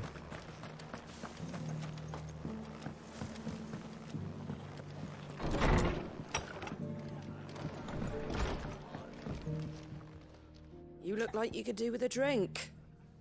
Ask about Martha's past. When I was a little girl... My family owned a bear. They let her sleep in a corner of the barn and had her play with me and teach me letters. We never ate together or slept under the same roof, but even so, she was like family. I was with her on the day she died. She held me in her arms and whispered in my ear, "My darling Martha, I'm so glad you didn't awaken." It was only years later I found out she wasn't just a servant. She was my grandmother. Oh my goodness. My grandmother? And I watched her die in the corner of the barn, on a pile of old straw. I swore then and there That I was going to do everything in my power to bring an end to all this, to never stop fighting until the day when bears can live free, just like she deserved to. You know what? When I see the glint in your eyes, I reckon that day might be along sooner than I dare to hope. What? So, when we did Martha's last quest, she told us about her past, but she didn't mention this, so the only way you get this is if you come back to her after having completed the final Mother Crystal. So you could miss that entirely. That is a heavy hitter for something outside of a cutscene. Holy moly. Weren't long after Roslith got ransacked that Sir Wade and his men turned up at our gates begging for shelter. wind right up us. It did. The state of them all dressed in filthy rags. We were worried they might be cutthroats come to thieve and pillage. But some of the folk that helped escape from the capital recognized them and set us right. Thank goodness they did. I couldn't have dreamed of better guests than the Guardians, the way they took the bears under their wing and taught the Blood Axes how to fight like true shields of Rosaria. When night fell, they'd all gather around the bonfire to sing songs of the old duchy. Why, it was enough to bring a tear to your eye. Like being back in the glory days. It was, with them the knights in the shining armor come riding to the rescue. Half of me wishes they hadn't left. For Eastpool, but the other half knows they're better off up there, and they're only a stone's throw away if we need them. We're just down here if they ever need us, because that's what Rosaria's about. Not pretty knights and moody maidens, but proud, hard-working men and women helping one another out. It ain't exactly a bed of roses. Right now, we've got ether floods cropping up all over and new arrivals turning up at the gates near enough every day, begging for us to take them in. Ever since the skies turned, it's been a struggle just to survive, but you won't hear any of us complaining. Not least because we're finally free of the Empire's grip. The garrison's been pulled back east and the few remaining black shields have gone with them. Which also means we don't have to fear for our bears no more. We can even treat them like human beings they are, just like they're doing up in Eastpool. And that's just the start. If we can make good go of Eastpool, it'll show the rest of the realm you can live without magic, without slaves, that we can all be free. You come back and visit, alright? Well, it's a good thing I came back and talked to her, because otherwise I would have missed that dialogue. I just want to see if Cyril actually prepares that book. Or if he's just lying to our faces.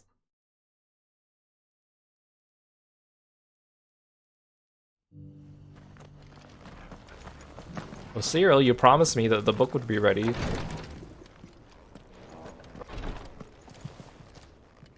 My lord, I have the Book of Martyrs, should you wish to inspect. Oh, you actually did it! I would. Thank you. I'm proud of you, Cyril. Delan. Kite. These aren't Rosarian names. Those are Dalmascan characters. I thought the Undying were drawn from the Duchy. We are, but our order works from the shadows. We choose new names that our origins might remain. Those are FF12 characters. I chose Cyril. The others, the names recorded therein. I see. Well, if these are the names they chose, these are the names I'll remember. Thank you again, Cyril. I'm in your debt. As I am in yours. Fare you well, my lord. And may the Firebird's flame burn ever in your heart. The Undying are at your service, my lord. We are, above all else, a family. Both in a figurative sense. We are united by a shared duty to protect and serve our Lord and Master, the Phoenix. And in a literal one. The blood of the Rostfields runs through many an acolyte's veins. This was one of the purposes for which our order was founded. Should the Phoenix's flame fade, it was hoped it might be reignited by one of his faithful. And so? We welcome all sons and daughters of the Rostfield line, no matter how maligned or misbegotten they may be. We also welcome those skilled in sword and spellcraft, that they might serve our other primary purpose, to dispose of the Phoenix's foes. Though our origins may differ, our purpose remains the same, to preserve the holy flame of the Phoenix. Yote informed me of your intention to go with his grace and rid us of Ultima once and for all. I must confess. She expressed some doubt about your doing so. She seems to fear that Ultima's end might also spell his graces. I of course informed her that she had not to fear, nor any cause for apprehension. We are servants of the Phoenix. And if the Phoenix means to slay a god, it is not for us to doubt him. It is for us to support him in achieving his purpose, even if by doing so we are relieved of our own. So go, my lord. With the blessing of the Undying, we place our faith and our futures in his grace's hands and yours.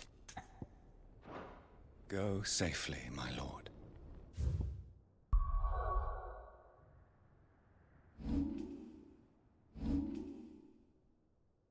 Well, he gave me the Book of Martyrs. Oh, it's a curiosity.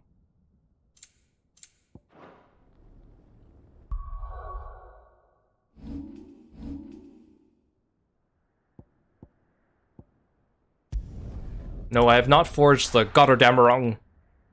And I'm not sure if I will.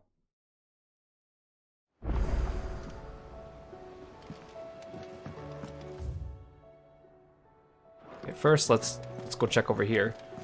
Okay, let's wrap up everything in the hideaway. One last time. Victory lap. And get rid of all these yellow markers. Back again? Oh, ask about the executors. Truth is but a matter of belief. And I certainly don't disagree. Though I am surprised to hear an organization such as theirs hold such enlightened opinions. They put their scholars at the university in Canver to shame. Alas. They shame themselves in turn by bearing evidence of a truth they would rather mankind did not come to know. They may imagine themselves the protectors of the people, but ignorance is not bliss, no matter how fervently they might wish it. Godspeed. What will it be today? One must understand one's place in the world. Of course. Very good.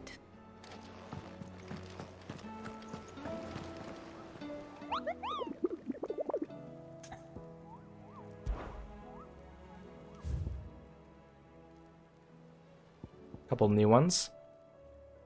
The Masterless Marauder. I did the Kuza Beast.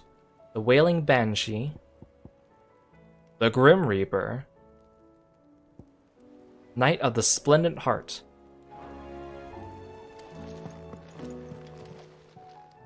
How may I help you today, Clive? This one's from The Undying. All yours. Ring of the Swift Shot.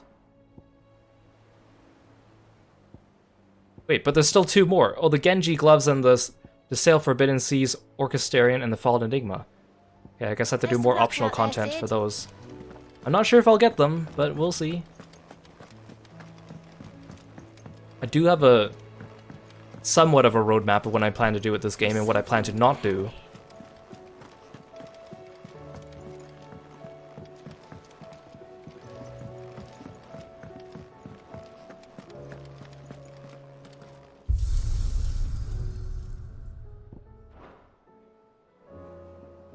I just wanted to get rid of the yellow marker.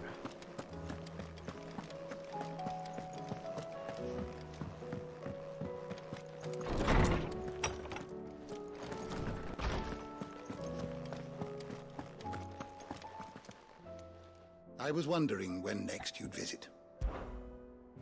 I have a few new notes that might interest you.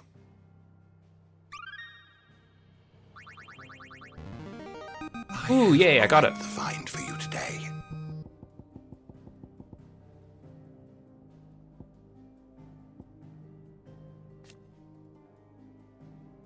The tribe who once dwelled in the lands surrounding the lost Mother Crystal of Zemeckis. This Mother Crystal communicated directly with Origin, from whence Ultima kept watch on the world from his slumber, and so those people who lived around it had a closer relationship with their creator than most. It was they who founded the Circle of Malleus to keep the word of their lord and future savior alive. After the tragedy of Zemeckis and the first fall of humanity, the few survivors of the children of Zemeckis fled to the outer continent, where they continued to worship their god and await the day they would join him in paradise.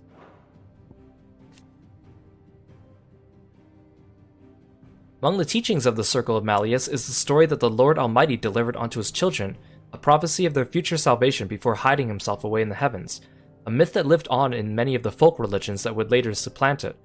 Though long considered to be naught but a legend, it is possible that this reflects a real historical event, Ultima's final words to his humanity before he entered hibernation deep beneath Valencia.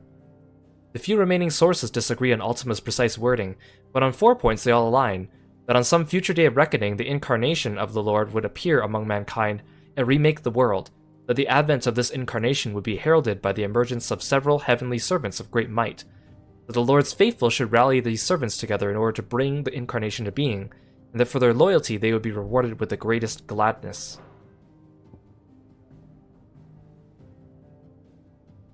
I don't feel like I need to read those ones. Study the tomes?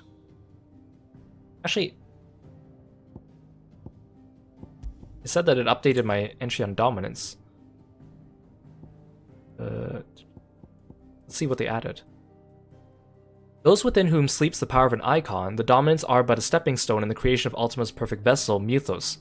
When Ultima sowed the seeds of humanity, he imbued those assigned to protect each mother crystal with an elemental affinity, a power that would amplify over the generations until the icons eventually emerged. Though the memory of their power remains even after it is absorbed into Muthos, it takes an interesting toll upon their persons to summon it, or an increasing toll. Okay, so here's our Mysteries of the Realm. I'm just going to flip through the pages just to see what we have. Actually, Ultima Civilization. The ancient civilization of the godlike Ultima Collective. Their discovery of magic helped them to thrive but came at a terrible cost, the onset of the Blight. After their cities fell and their people perished, the few survivors fled to the untouched land of Valsthea to lay the groundwork for their future revival. The Apothecary beneath Phoenix Gate and the Tower of Reverie in Waloed are both relics of their civilization, and far predate those of the Fallen.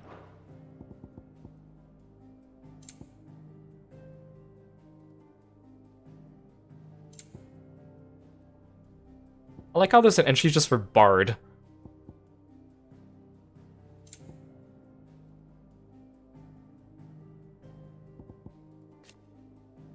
When Ultima uses Muthos to describe the vessel he has long awaited, one into which he can pour his soul and cast his supreme spell, Logos indicates its blasphemy form, a vessel over which the will of another has complete claim, making of itself a false god.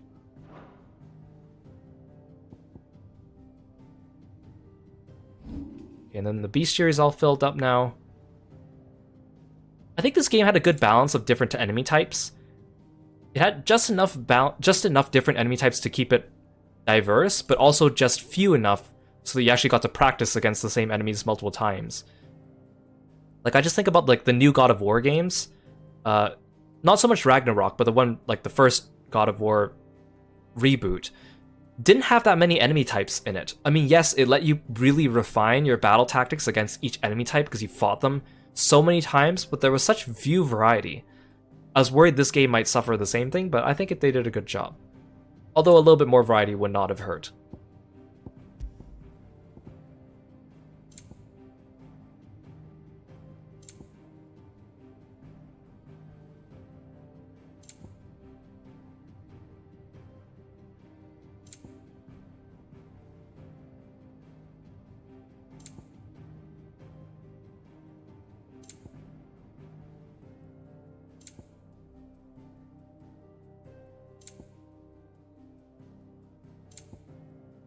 And then let's look at people.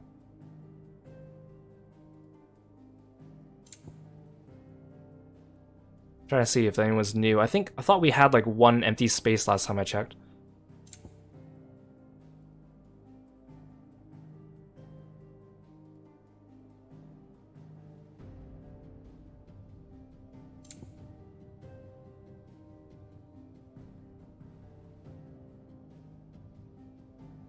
Oh, maybe it was Sabine.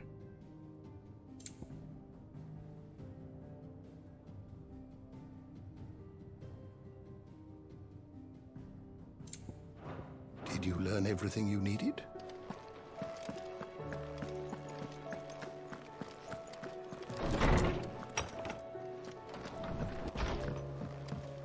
Okay, I'm gonna check with Blackthorn to see if now I can upgrade anything now that I did all those extra quests. I should have extra materials. Trouble with your gear, or Oh, ask about Origin. crack the crystal? Kill a god, save the world. I miss anything? No, that's pretty much the plan. Not a very good one. Not a very good one if you ask me. I can't say I've had much practice killing gods. Now forging a kit to kill a god, now that I might be able to help you with. Reckon it's the least I can do after all you've given us. It's more than enough. You can thank me when you get back. What's Sancfordian, dear?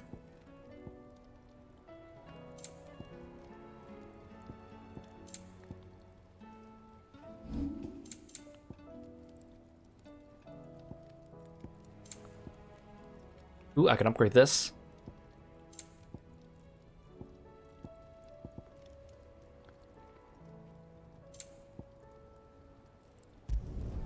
You can thank me later. That it? Fine. I think I already talked to Karen, but I'll check. Still alive, are you? Oh. Here to say your goodbyes, are you? Then. For now, but you better come back or I'll fly up there and drag you home by your ear. Thank you, Karen. Didn't think you'd find the thought appealing. Look, just don't die, alright? A change in leadership's bad for business. Hey, you're off to kill the gods. So what? You've done everything else you put your mind to, haven't you? You could do this too. Take care. Thanks, Karen. I think I already got your dialogue too, didn't I? Here he is. Oh, ask about the hideaway. Work had only just started on the old hideaway when Sid took me in. Plan was to make it a safe haven for the bears we were gonna free. I remember when the first ones moved in, they'd hardly dare look at you in the eye, let alone speak to you. Over time, They started to thaw. They stopped being slaves and became a family, and the hideaway their home. It'll be the same with Edda and her little one, I'm sure. They could make a new home here with a new family. And with the best big brother in the whole wide world to look after them. Here, what are you looking so smug for? I'm talking about me. go and give that fucker one for me. What can I do for my favorite nephew? Well, don't do anything I wouldn't.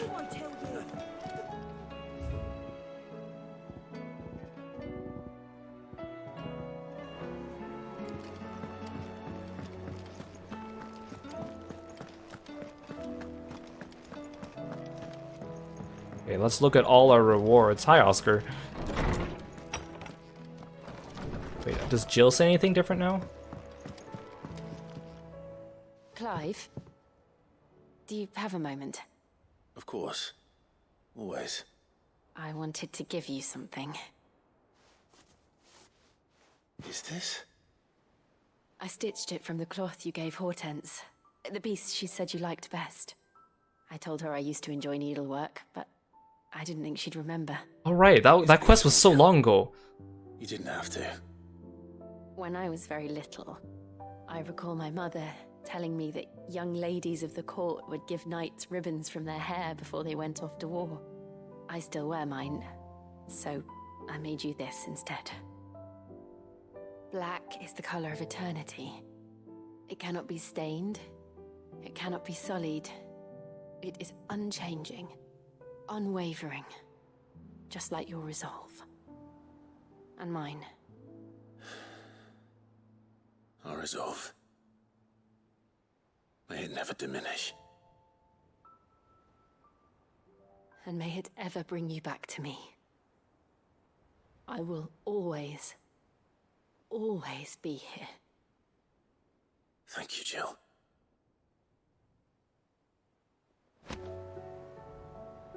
Linen handkerchief.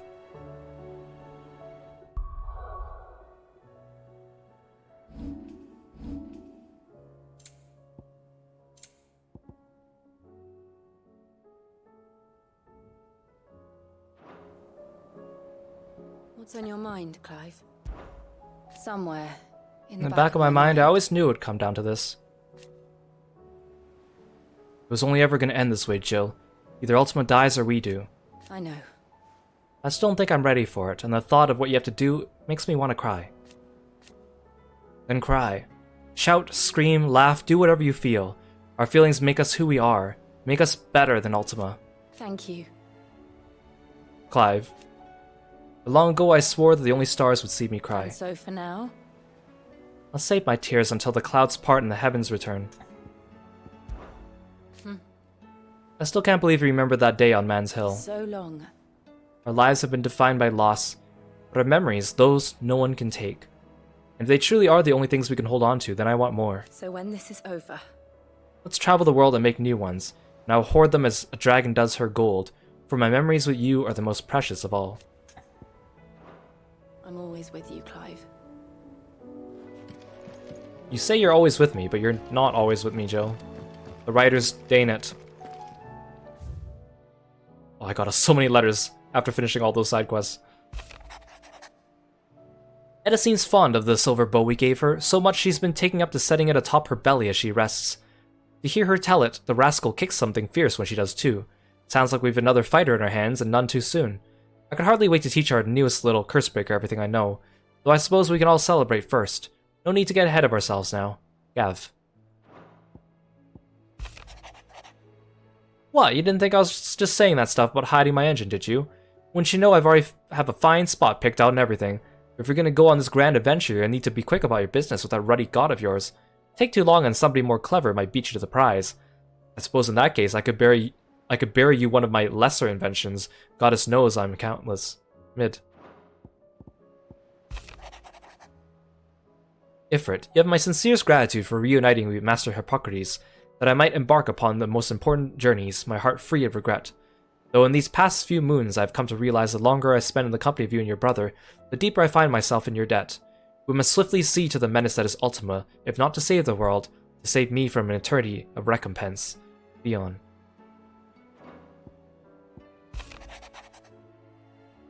Thank you, Clive, for ever indulging the whims of this doddering old soul.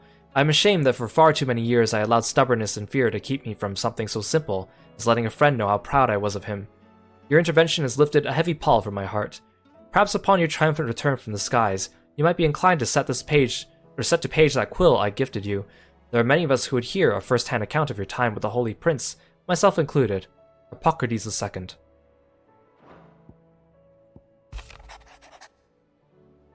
Feels like a lifetime ago. It was a lifetime ago.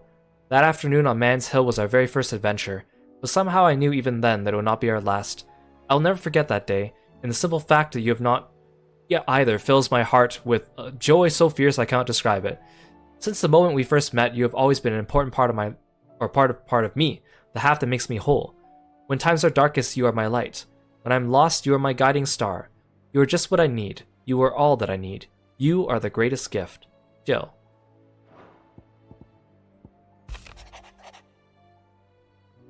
Here, not long removed from when you placed yourself between us and peril, I sit and pen yet another letter in which I try and find the words to somehow express the gratitude of an entire town.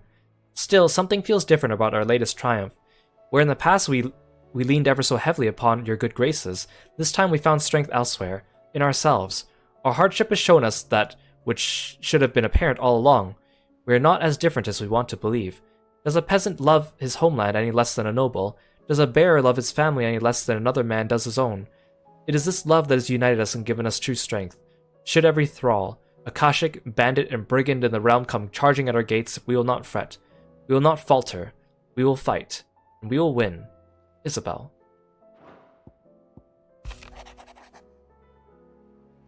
I'm not so foolish to believe that a single shaming at the hands of the town urchins can dispel a lifetime of hatred built up in one's heart.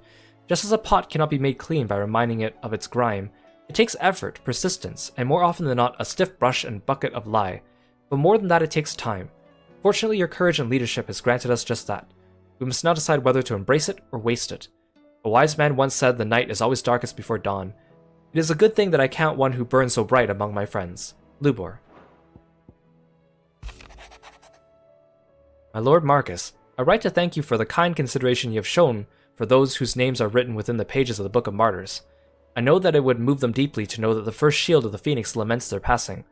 Though each and every member of her order stands ready to sacrifice their lives in service to the Phoenix, I do not doubt that those who are taken before their time go with regret for the long years of duty left undone. That they should live on in the memory of a proud son of House Rossfield such as yourself shall surely go some way to soothing their sorrows. May the Phoenix's flame burn ever in your heart. Cyril, bearer of the burning quill. Okay, so I want to check out the wall, but I just remembered, upon reading all those, that we did check in with Martha, but we didn't check in with Wade. Because again, Wade and Martha's quest was the last batch of side quests, so he probably has new dialogue now. I don't want to leave any stone unturned.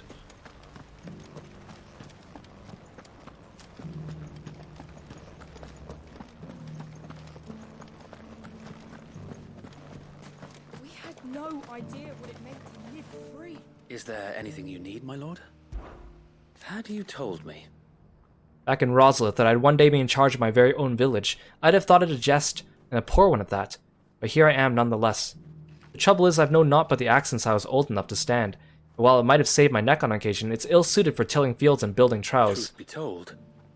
Truth be told, my lord, I've spent so much of my life fighting that I've never really learned how to live. So that's what I'm doing now? Or trying to, at least. Fortunately, Martha's always close by should I need her, which is more often than I'd like to admit. In case you're wondering if that means I've given up fighting for Rosaria, the truth is, I never stopped. Eastpool is the duchy. And in restoring the village, we begin to restore the country. It all starts here. Driving back the horde was easy. But now comes the hard part, surviving. It doesn't help that the bearers here are accustomed to using their gifts for everything, having spent their lives being forced to do so in service to their masters. Before they joined us, most had never worked with their hands, let alone a plow. Not that they're lazy. Of course, quite the opposite. It's just that they're going to need some time to learn the basics before they're ready to man a storehouse or a stable. And we certainly can't have them harming themselves using magics to achieve what a few blows of the hammer might. Besides which, every crystal in store might be cracked, but the blight's never spreading. No. It's time we went back to relying on our own two hands, just like the Founder did. You and your friends at the Hideaway have shown us it can be done. Now it's just a matter of doing it. Not many shields escaped the Empire's steel that night at Phoenix Gate, yet those few of us who did swore then, and there we would win back our home no matter how long it took. That, though, would prove to be easier said than done, especially in those early days when all who remained loyal to your father's throne were hunted more mercilessly than bandits. In the eyes of the Empire, we were outlaws, and we, for our part, embraced the role, the better to hide ourselves. Eventually, though. We were found, though not by the Emperor's men, but by your uncle Byron. I still remember his words. Proud shields of the duchy and heirs to the good Archduke Elwin's legacy, I, Lord Byron Rossfield, pledge both axe and abetance, that together we might see our nation rise once again from the ashes. And while he has yet to lend his axe... He has always been most generous in his patronage, despite the considerable risk inherent in our association. That generosity has seen us through many a dark day, ensuring our flame never went out. And now? With your help, my lord, and that of sympathetic souls like Martha, it finally feels as if we're starting to make a difference. Yet there is still much to do. While the Empire's grip on our home is weaker than it was, the wounds left by nigh on 2 decades of Imperial rule will not be quick to mend. If we are to heal... We can no longer simply guard the flame of our forebears, but fan it, that it might spread to the hearts of all our brothers and sisters, and then the duchy shall truly rise again. May the blessing of the Phoenix go with you. Okay, now we can check our wall of memories. So, I should only be missing one thing on the wall.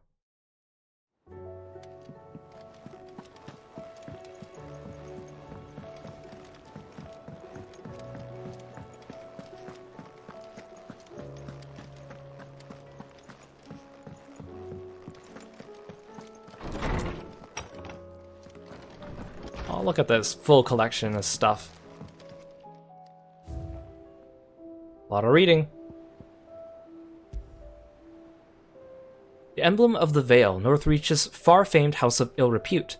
The town is the gateway to the imperial capital of Oriflamme, where waves of old money and new lap against the opposing sides of the Great Wall. However, the Vale's proprietor, Isabel, knows it best as a safe haven in a storm, the town that took her in and the man she loved when the rest of the world shunned them.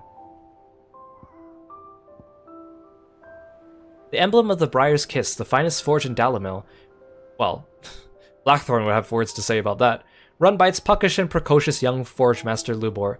He inherited both his forge and the role of desert hare from his predecessor, the original Ruzina Dalamil, though the mayoralty of Dalamil he won entirely by his own merits.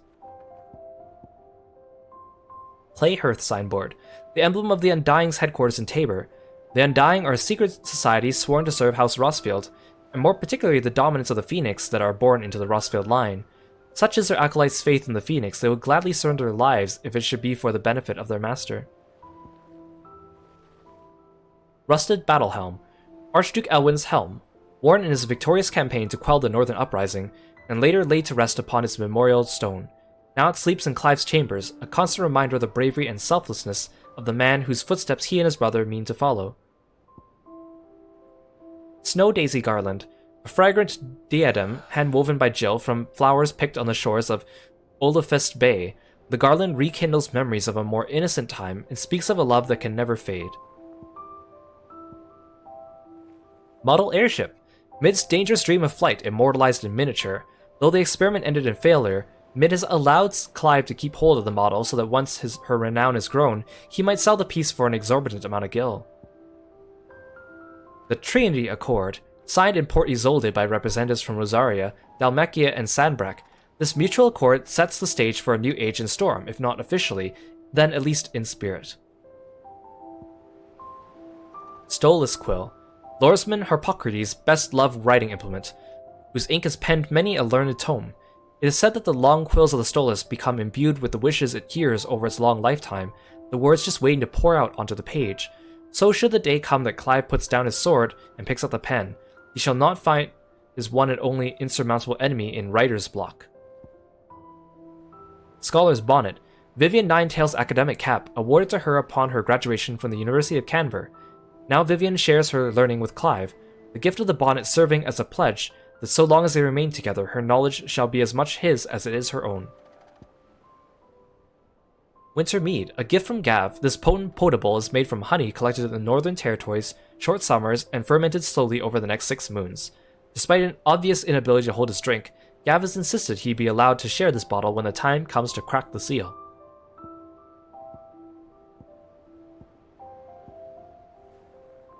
Charred Sparring Sword, Clive's old sparring sword salvaged by Torgal in the aftermath of the Iron Blood invasion and hidden at Clive's original hideaway, the Rookery, is a reminder of who Clive once was and who he has become, as well as the unbreakable bond between lifelong friends.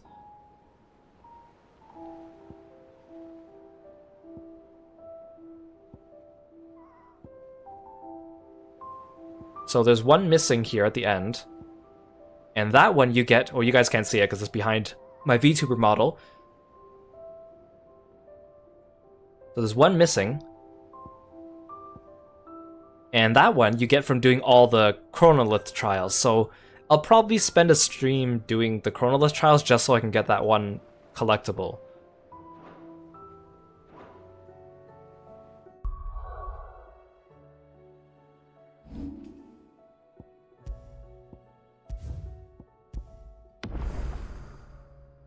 Hey look, it's the whole party. You feel bad for whoever has to dust all these? Man, so today originally I had planned to do all the side quests at the end of the game and then finish the game, because I know that from this point, once we go to the final area over here, Origin, it's approximately a 3-hour shot to the end of the game. So I thought that I would spend 3 to 4 hours doing the side quests, and then 3 hours finishing the game. The side quests took longer than expected, which is totally fine because I'm actually really enjoying them. We learned a lot about the characters, and they were pretty fun. And getting all the collectibles. I didn't think it would take me 6 hours, though. If it was the 4-hour mark, I might have still continued and finished the game, but I feel like 6 hours is a good place. You know, even though I really want to finish it today, I don't mind saving it for another stream. Now, tomorrow's Tuesday, and I decided not to stream tomorrow because I have other plans, so that means we'll pick this up on Wednesday, finish the game for real. Once we do that, then I'll probably do another stream in the future where I finish the hunt marks, and then the Chronolith trials. And I think that's all I plan to really do for this game. I know there's other things to do, like grinding ability points and unlocking all the abilities to max, or crafting the strongest weapon, or doing a New Game Plus, or playing the hard mode and crafting the strongest weapon that you can only get on New Game Plus, but I don't really plan to do that because it sounds kind of grindy. I just mostly want to get, like, the story and battle-oriented stuff out of the way. Well, thank you for the stretch, Kieran. I am enjoying this game, though, so, like, who knows, after I finish it, I might come back to it in the future and do some more of those things, but that remains to be seen. But in the meantime, I'm glad I was able to finish all the side quests. Again, I didn't think it would take that long, but I think it was worth it to get all that extra lore, find out about the characters, get all these collectibles. So it's all a good time. It's all a good time. Thank you so much for coming by, everyone. Thank you so much for the raids and the new follows. Thank you for sticking by me. I know it's late at night for a lot of you. I know all my streams for FF16 have gone late into the night because I've been doing like 6-hour streams instead of my usual 4, but I really appreciate it. And for those of you that are new here, actually, I don't know if my bot has been acting weird, so I don't know if this is gonna work. Okay, never mind. Bot's broken again. It was working earlier this stream, but if you want to check out other games I played, I also have my YouTube channel. We just hit 600 YouTube subscribers, which is awesome. I'm trying to get to 1,000 so I can get the YouTube partner, but there's over 60 full game Let's Plays over there if you are ever curious or bored and want to check out some games that you may not want to play yourselves or just want to have something play in the background. Yeah, thank you. It's all thanks to all of you guys. I really, really appreciate it. Let's have a look at Twitch and pass it on to someone else.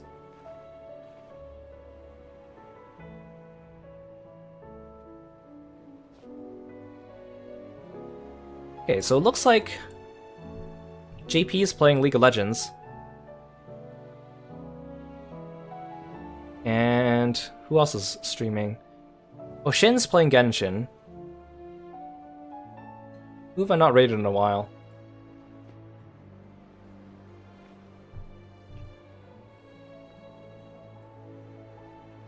Okay, we haven't rated Shin in a while. Let's drop in on Shin. He's playing Genshin Impact. Say hello from me. I'll see you guys on Wednesday for the real conclusion, actual real conclusion of Final Fantasy XVI. Not a clickbait. Thank you so much, guys. I'll see you next time. Bye-bye.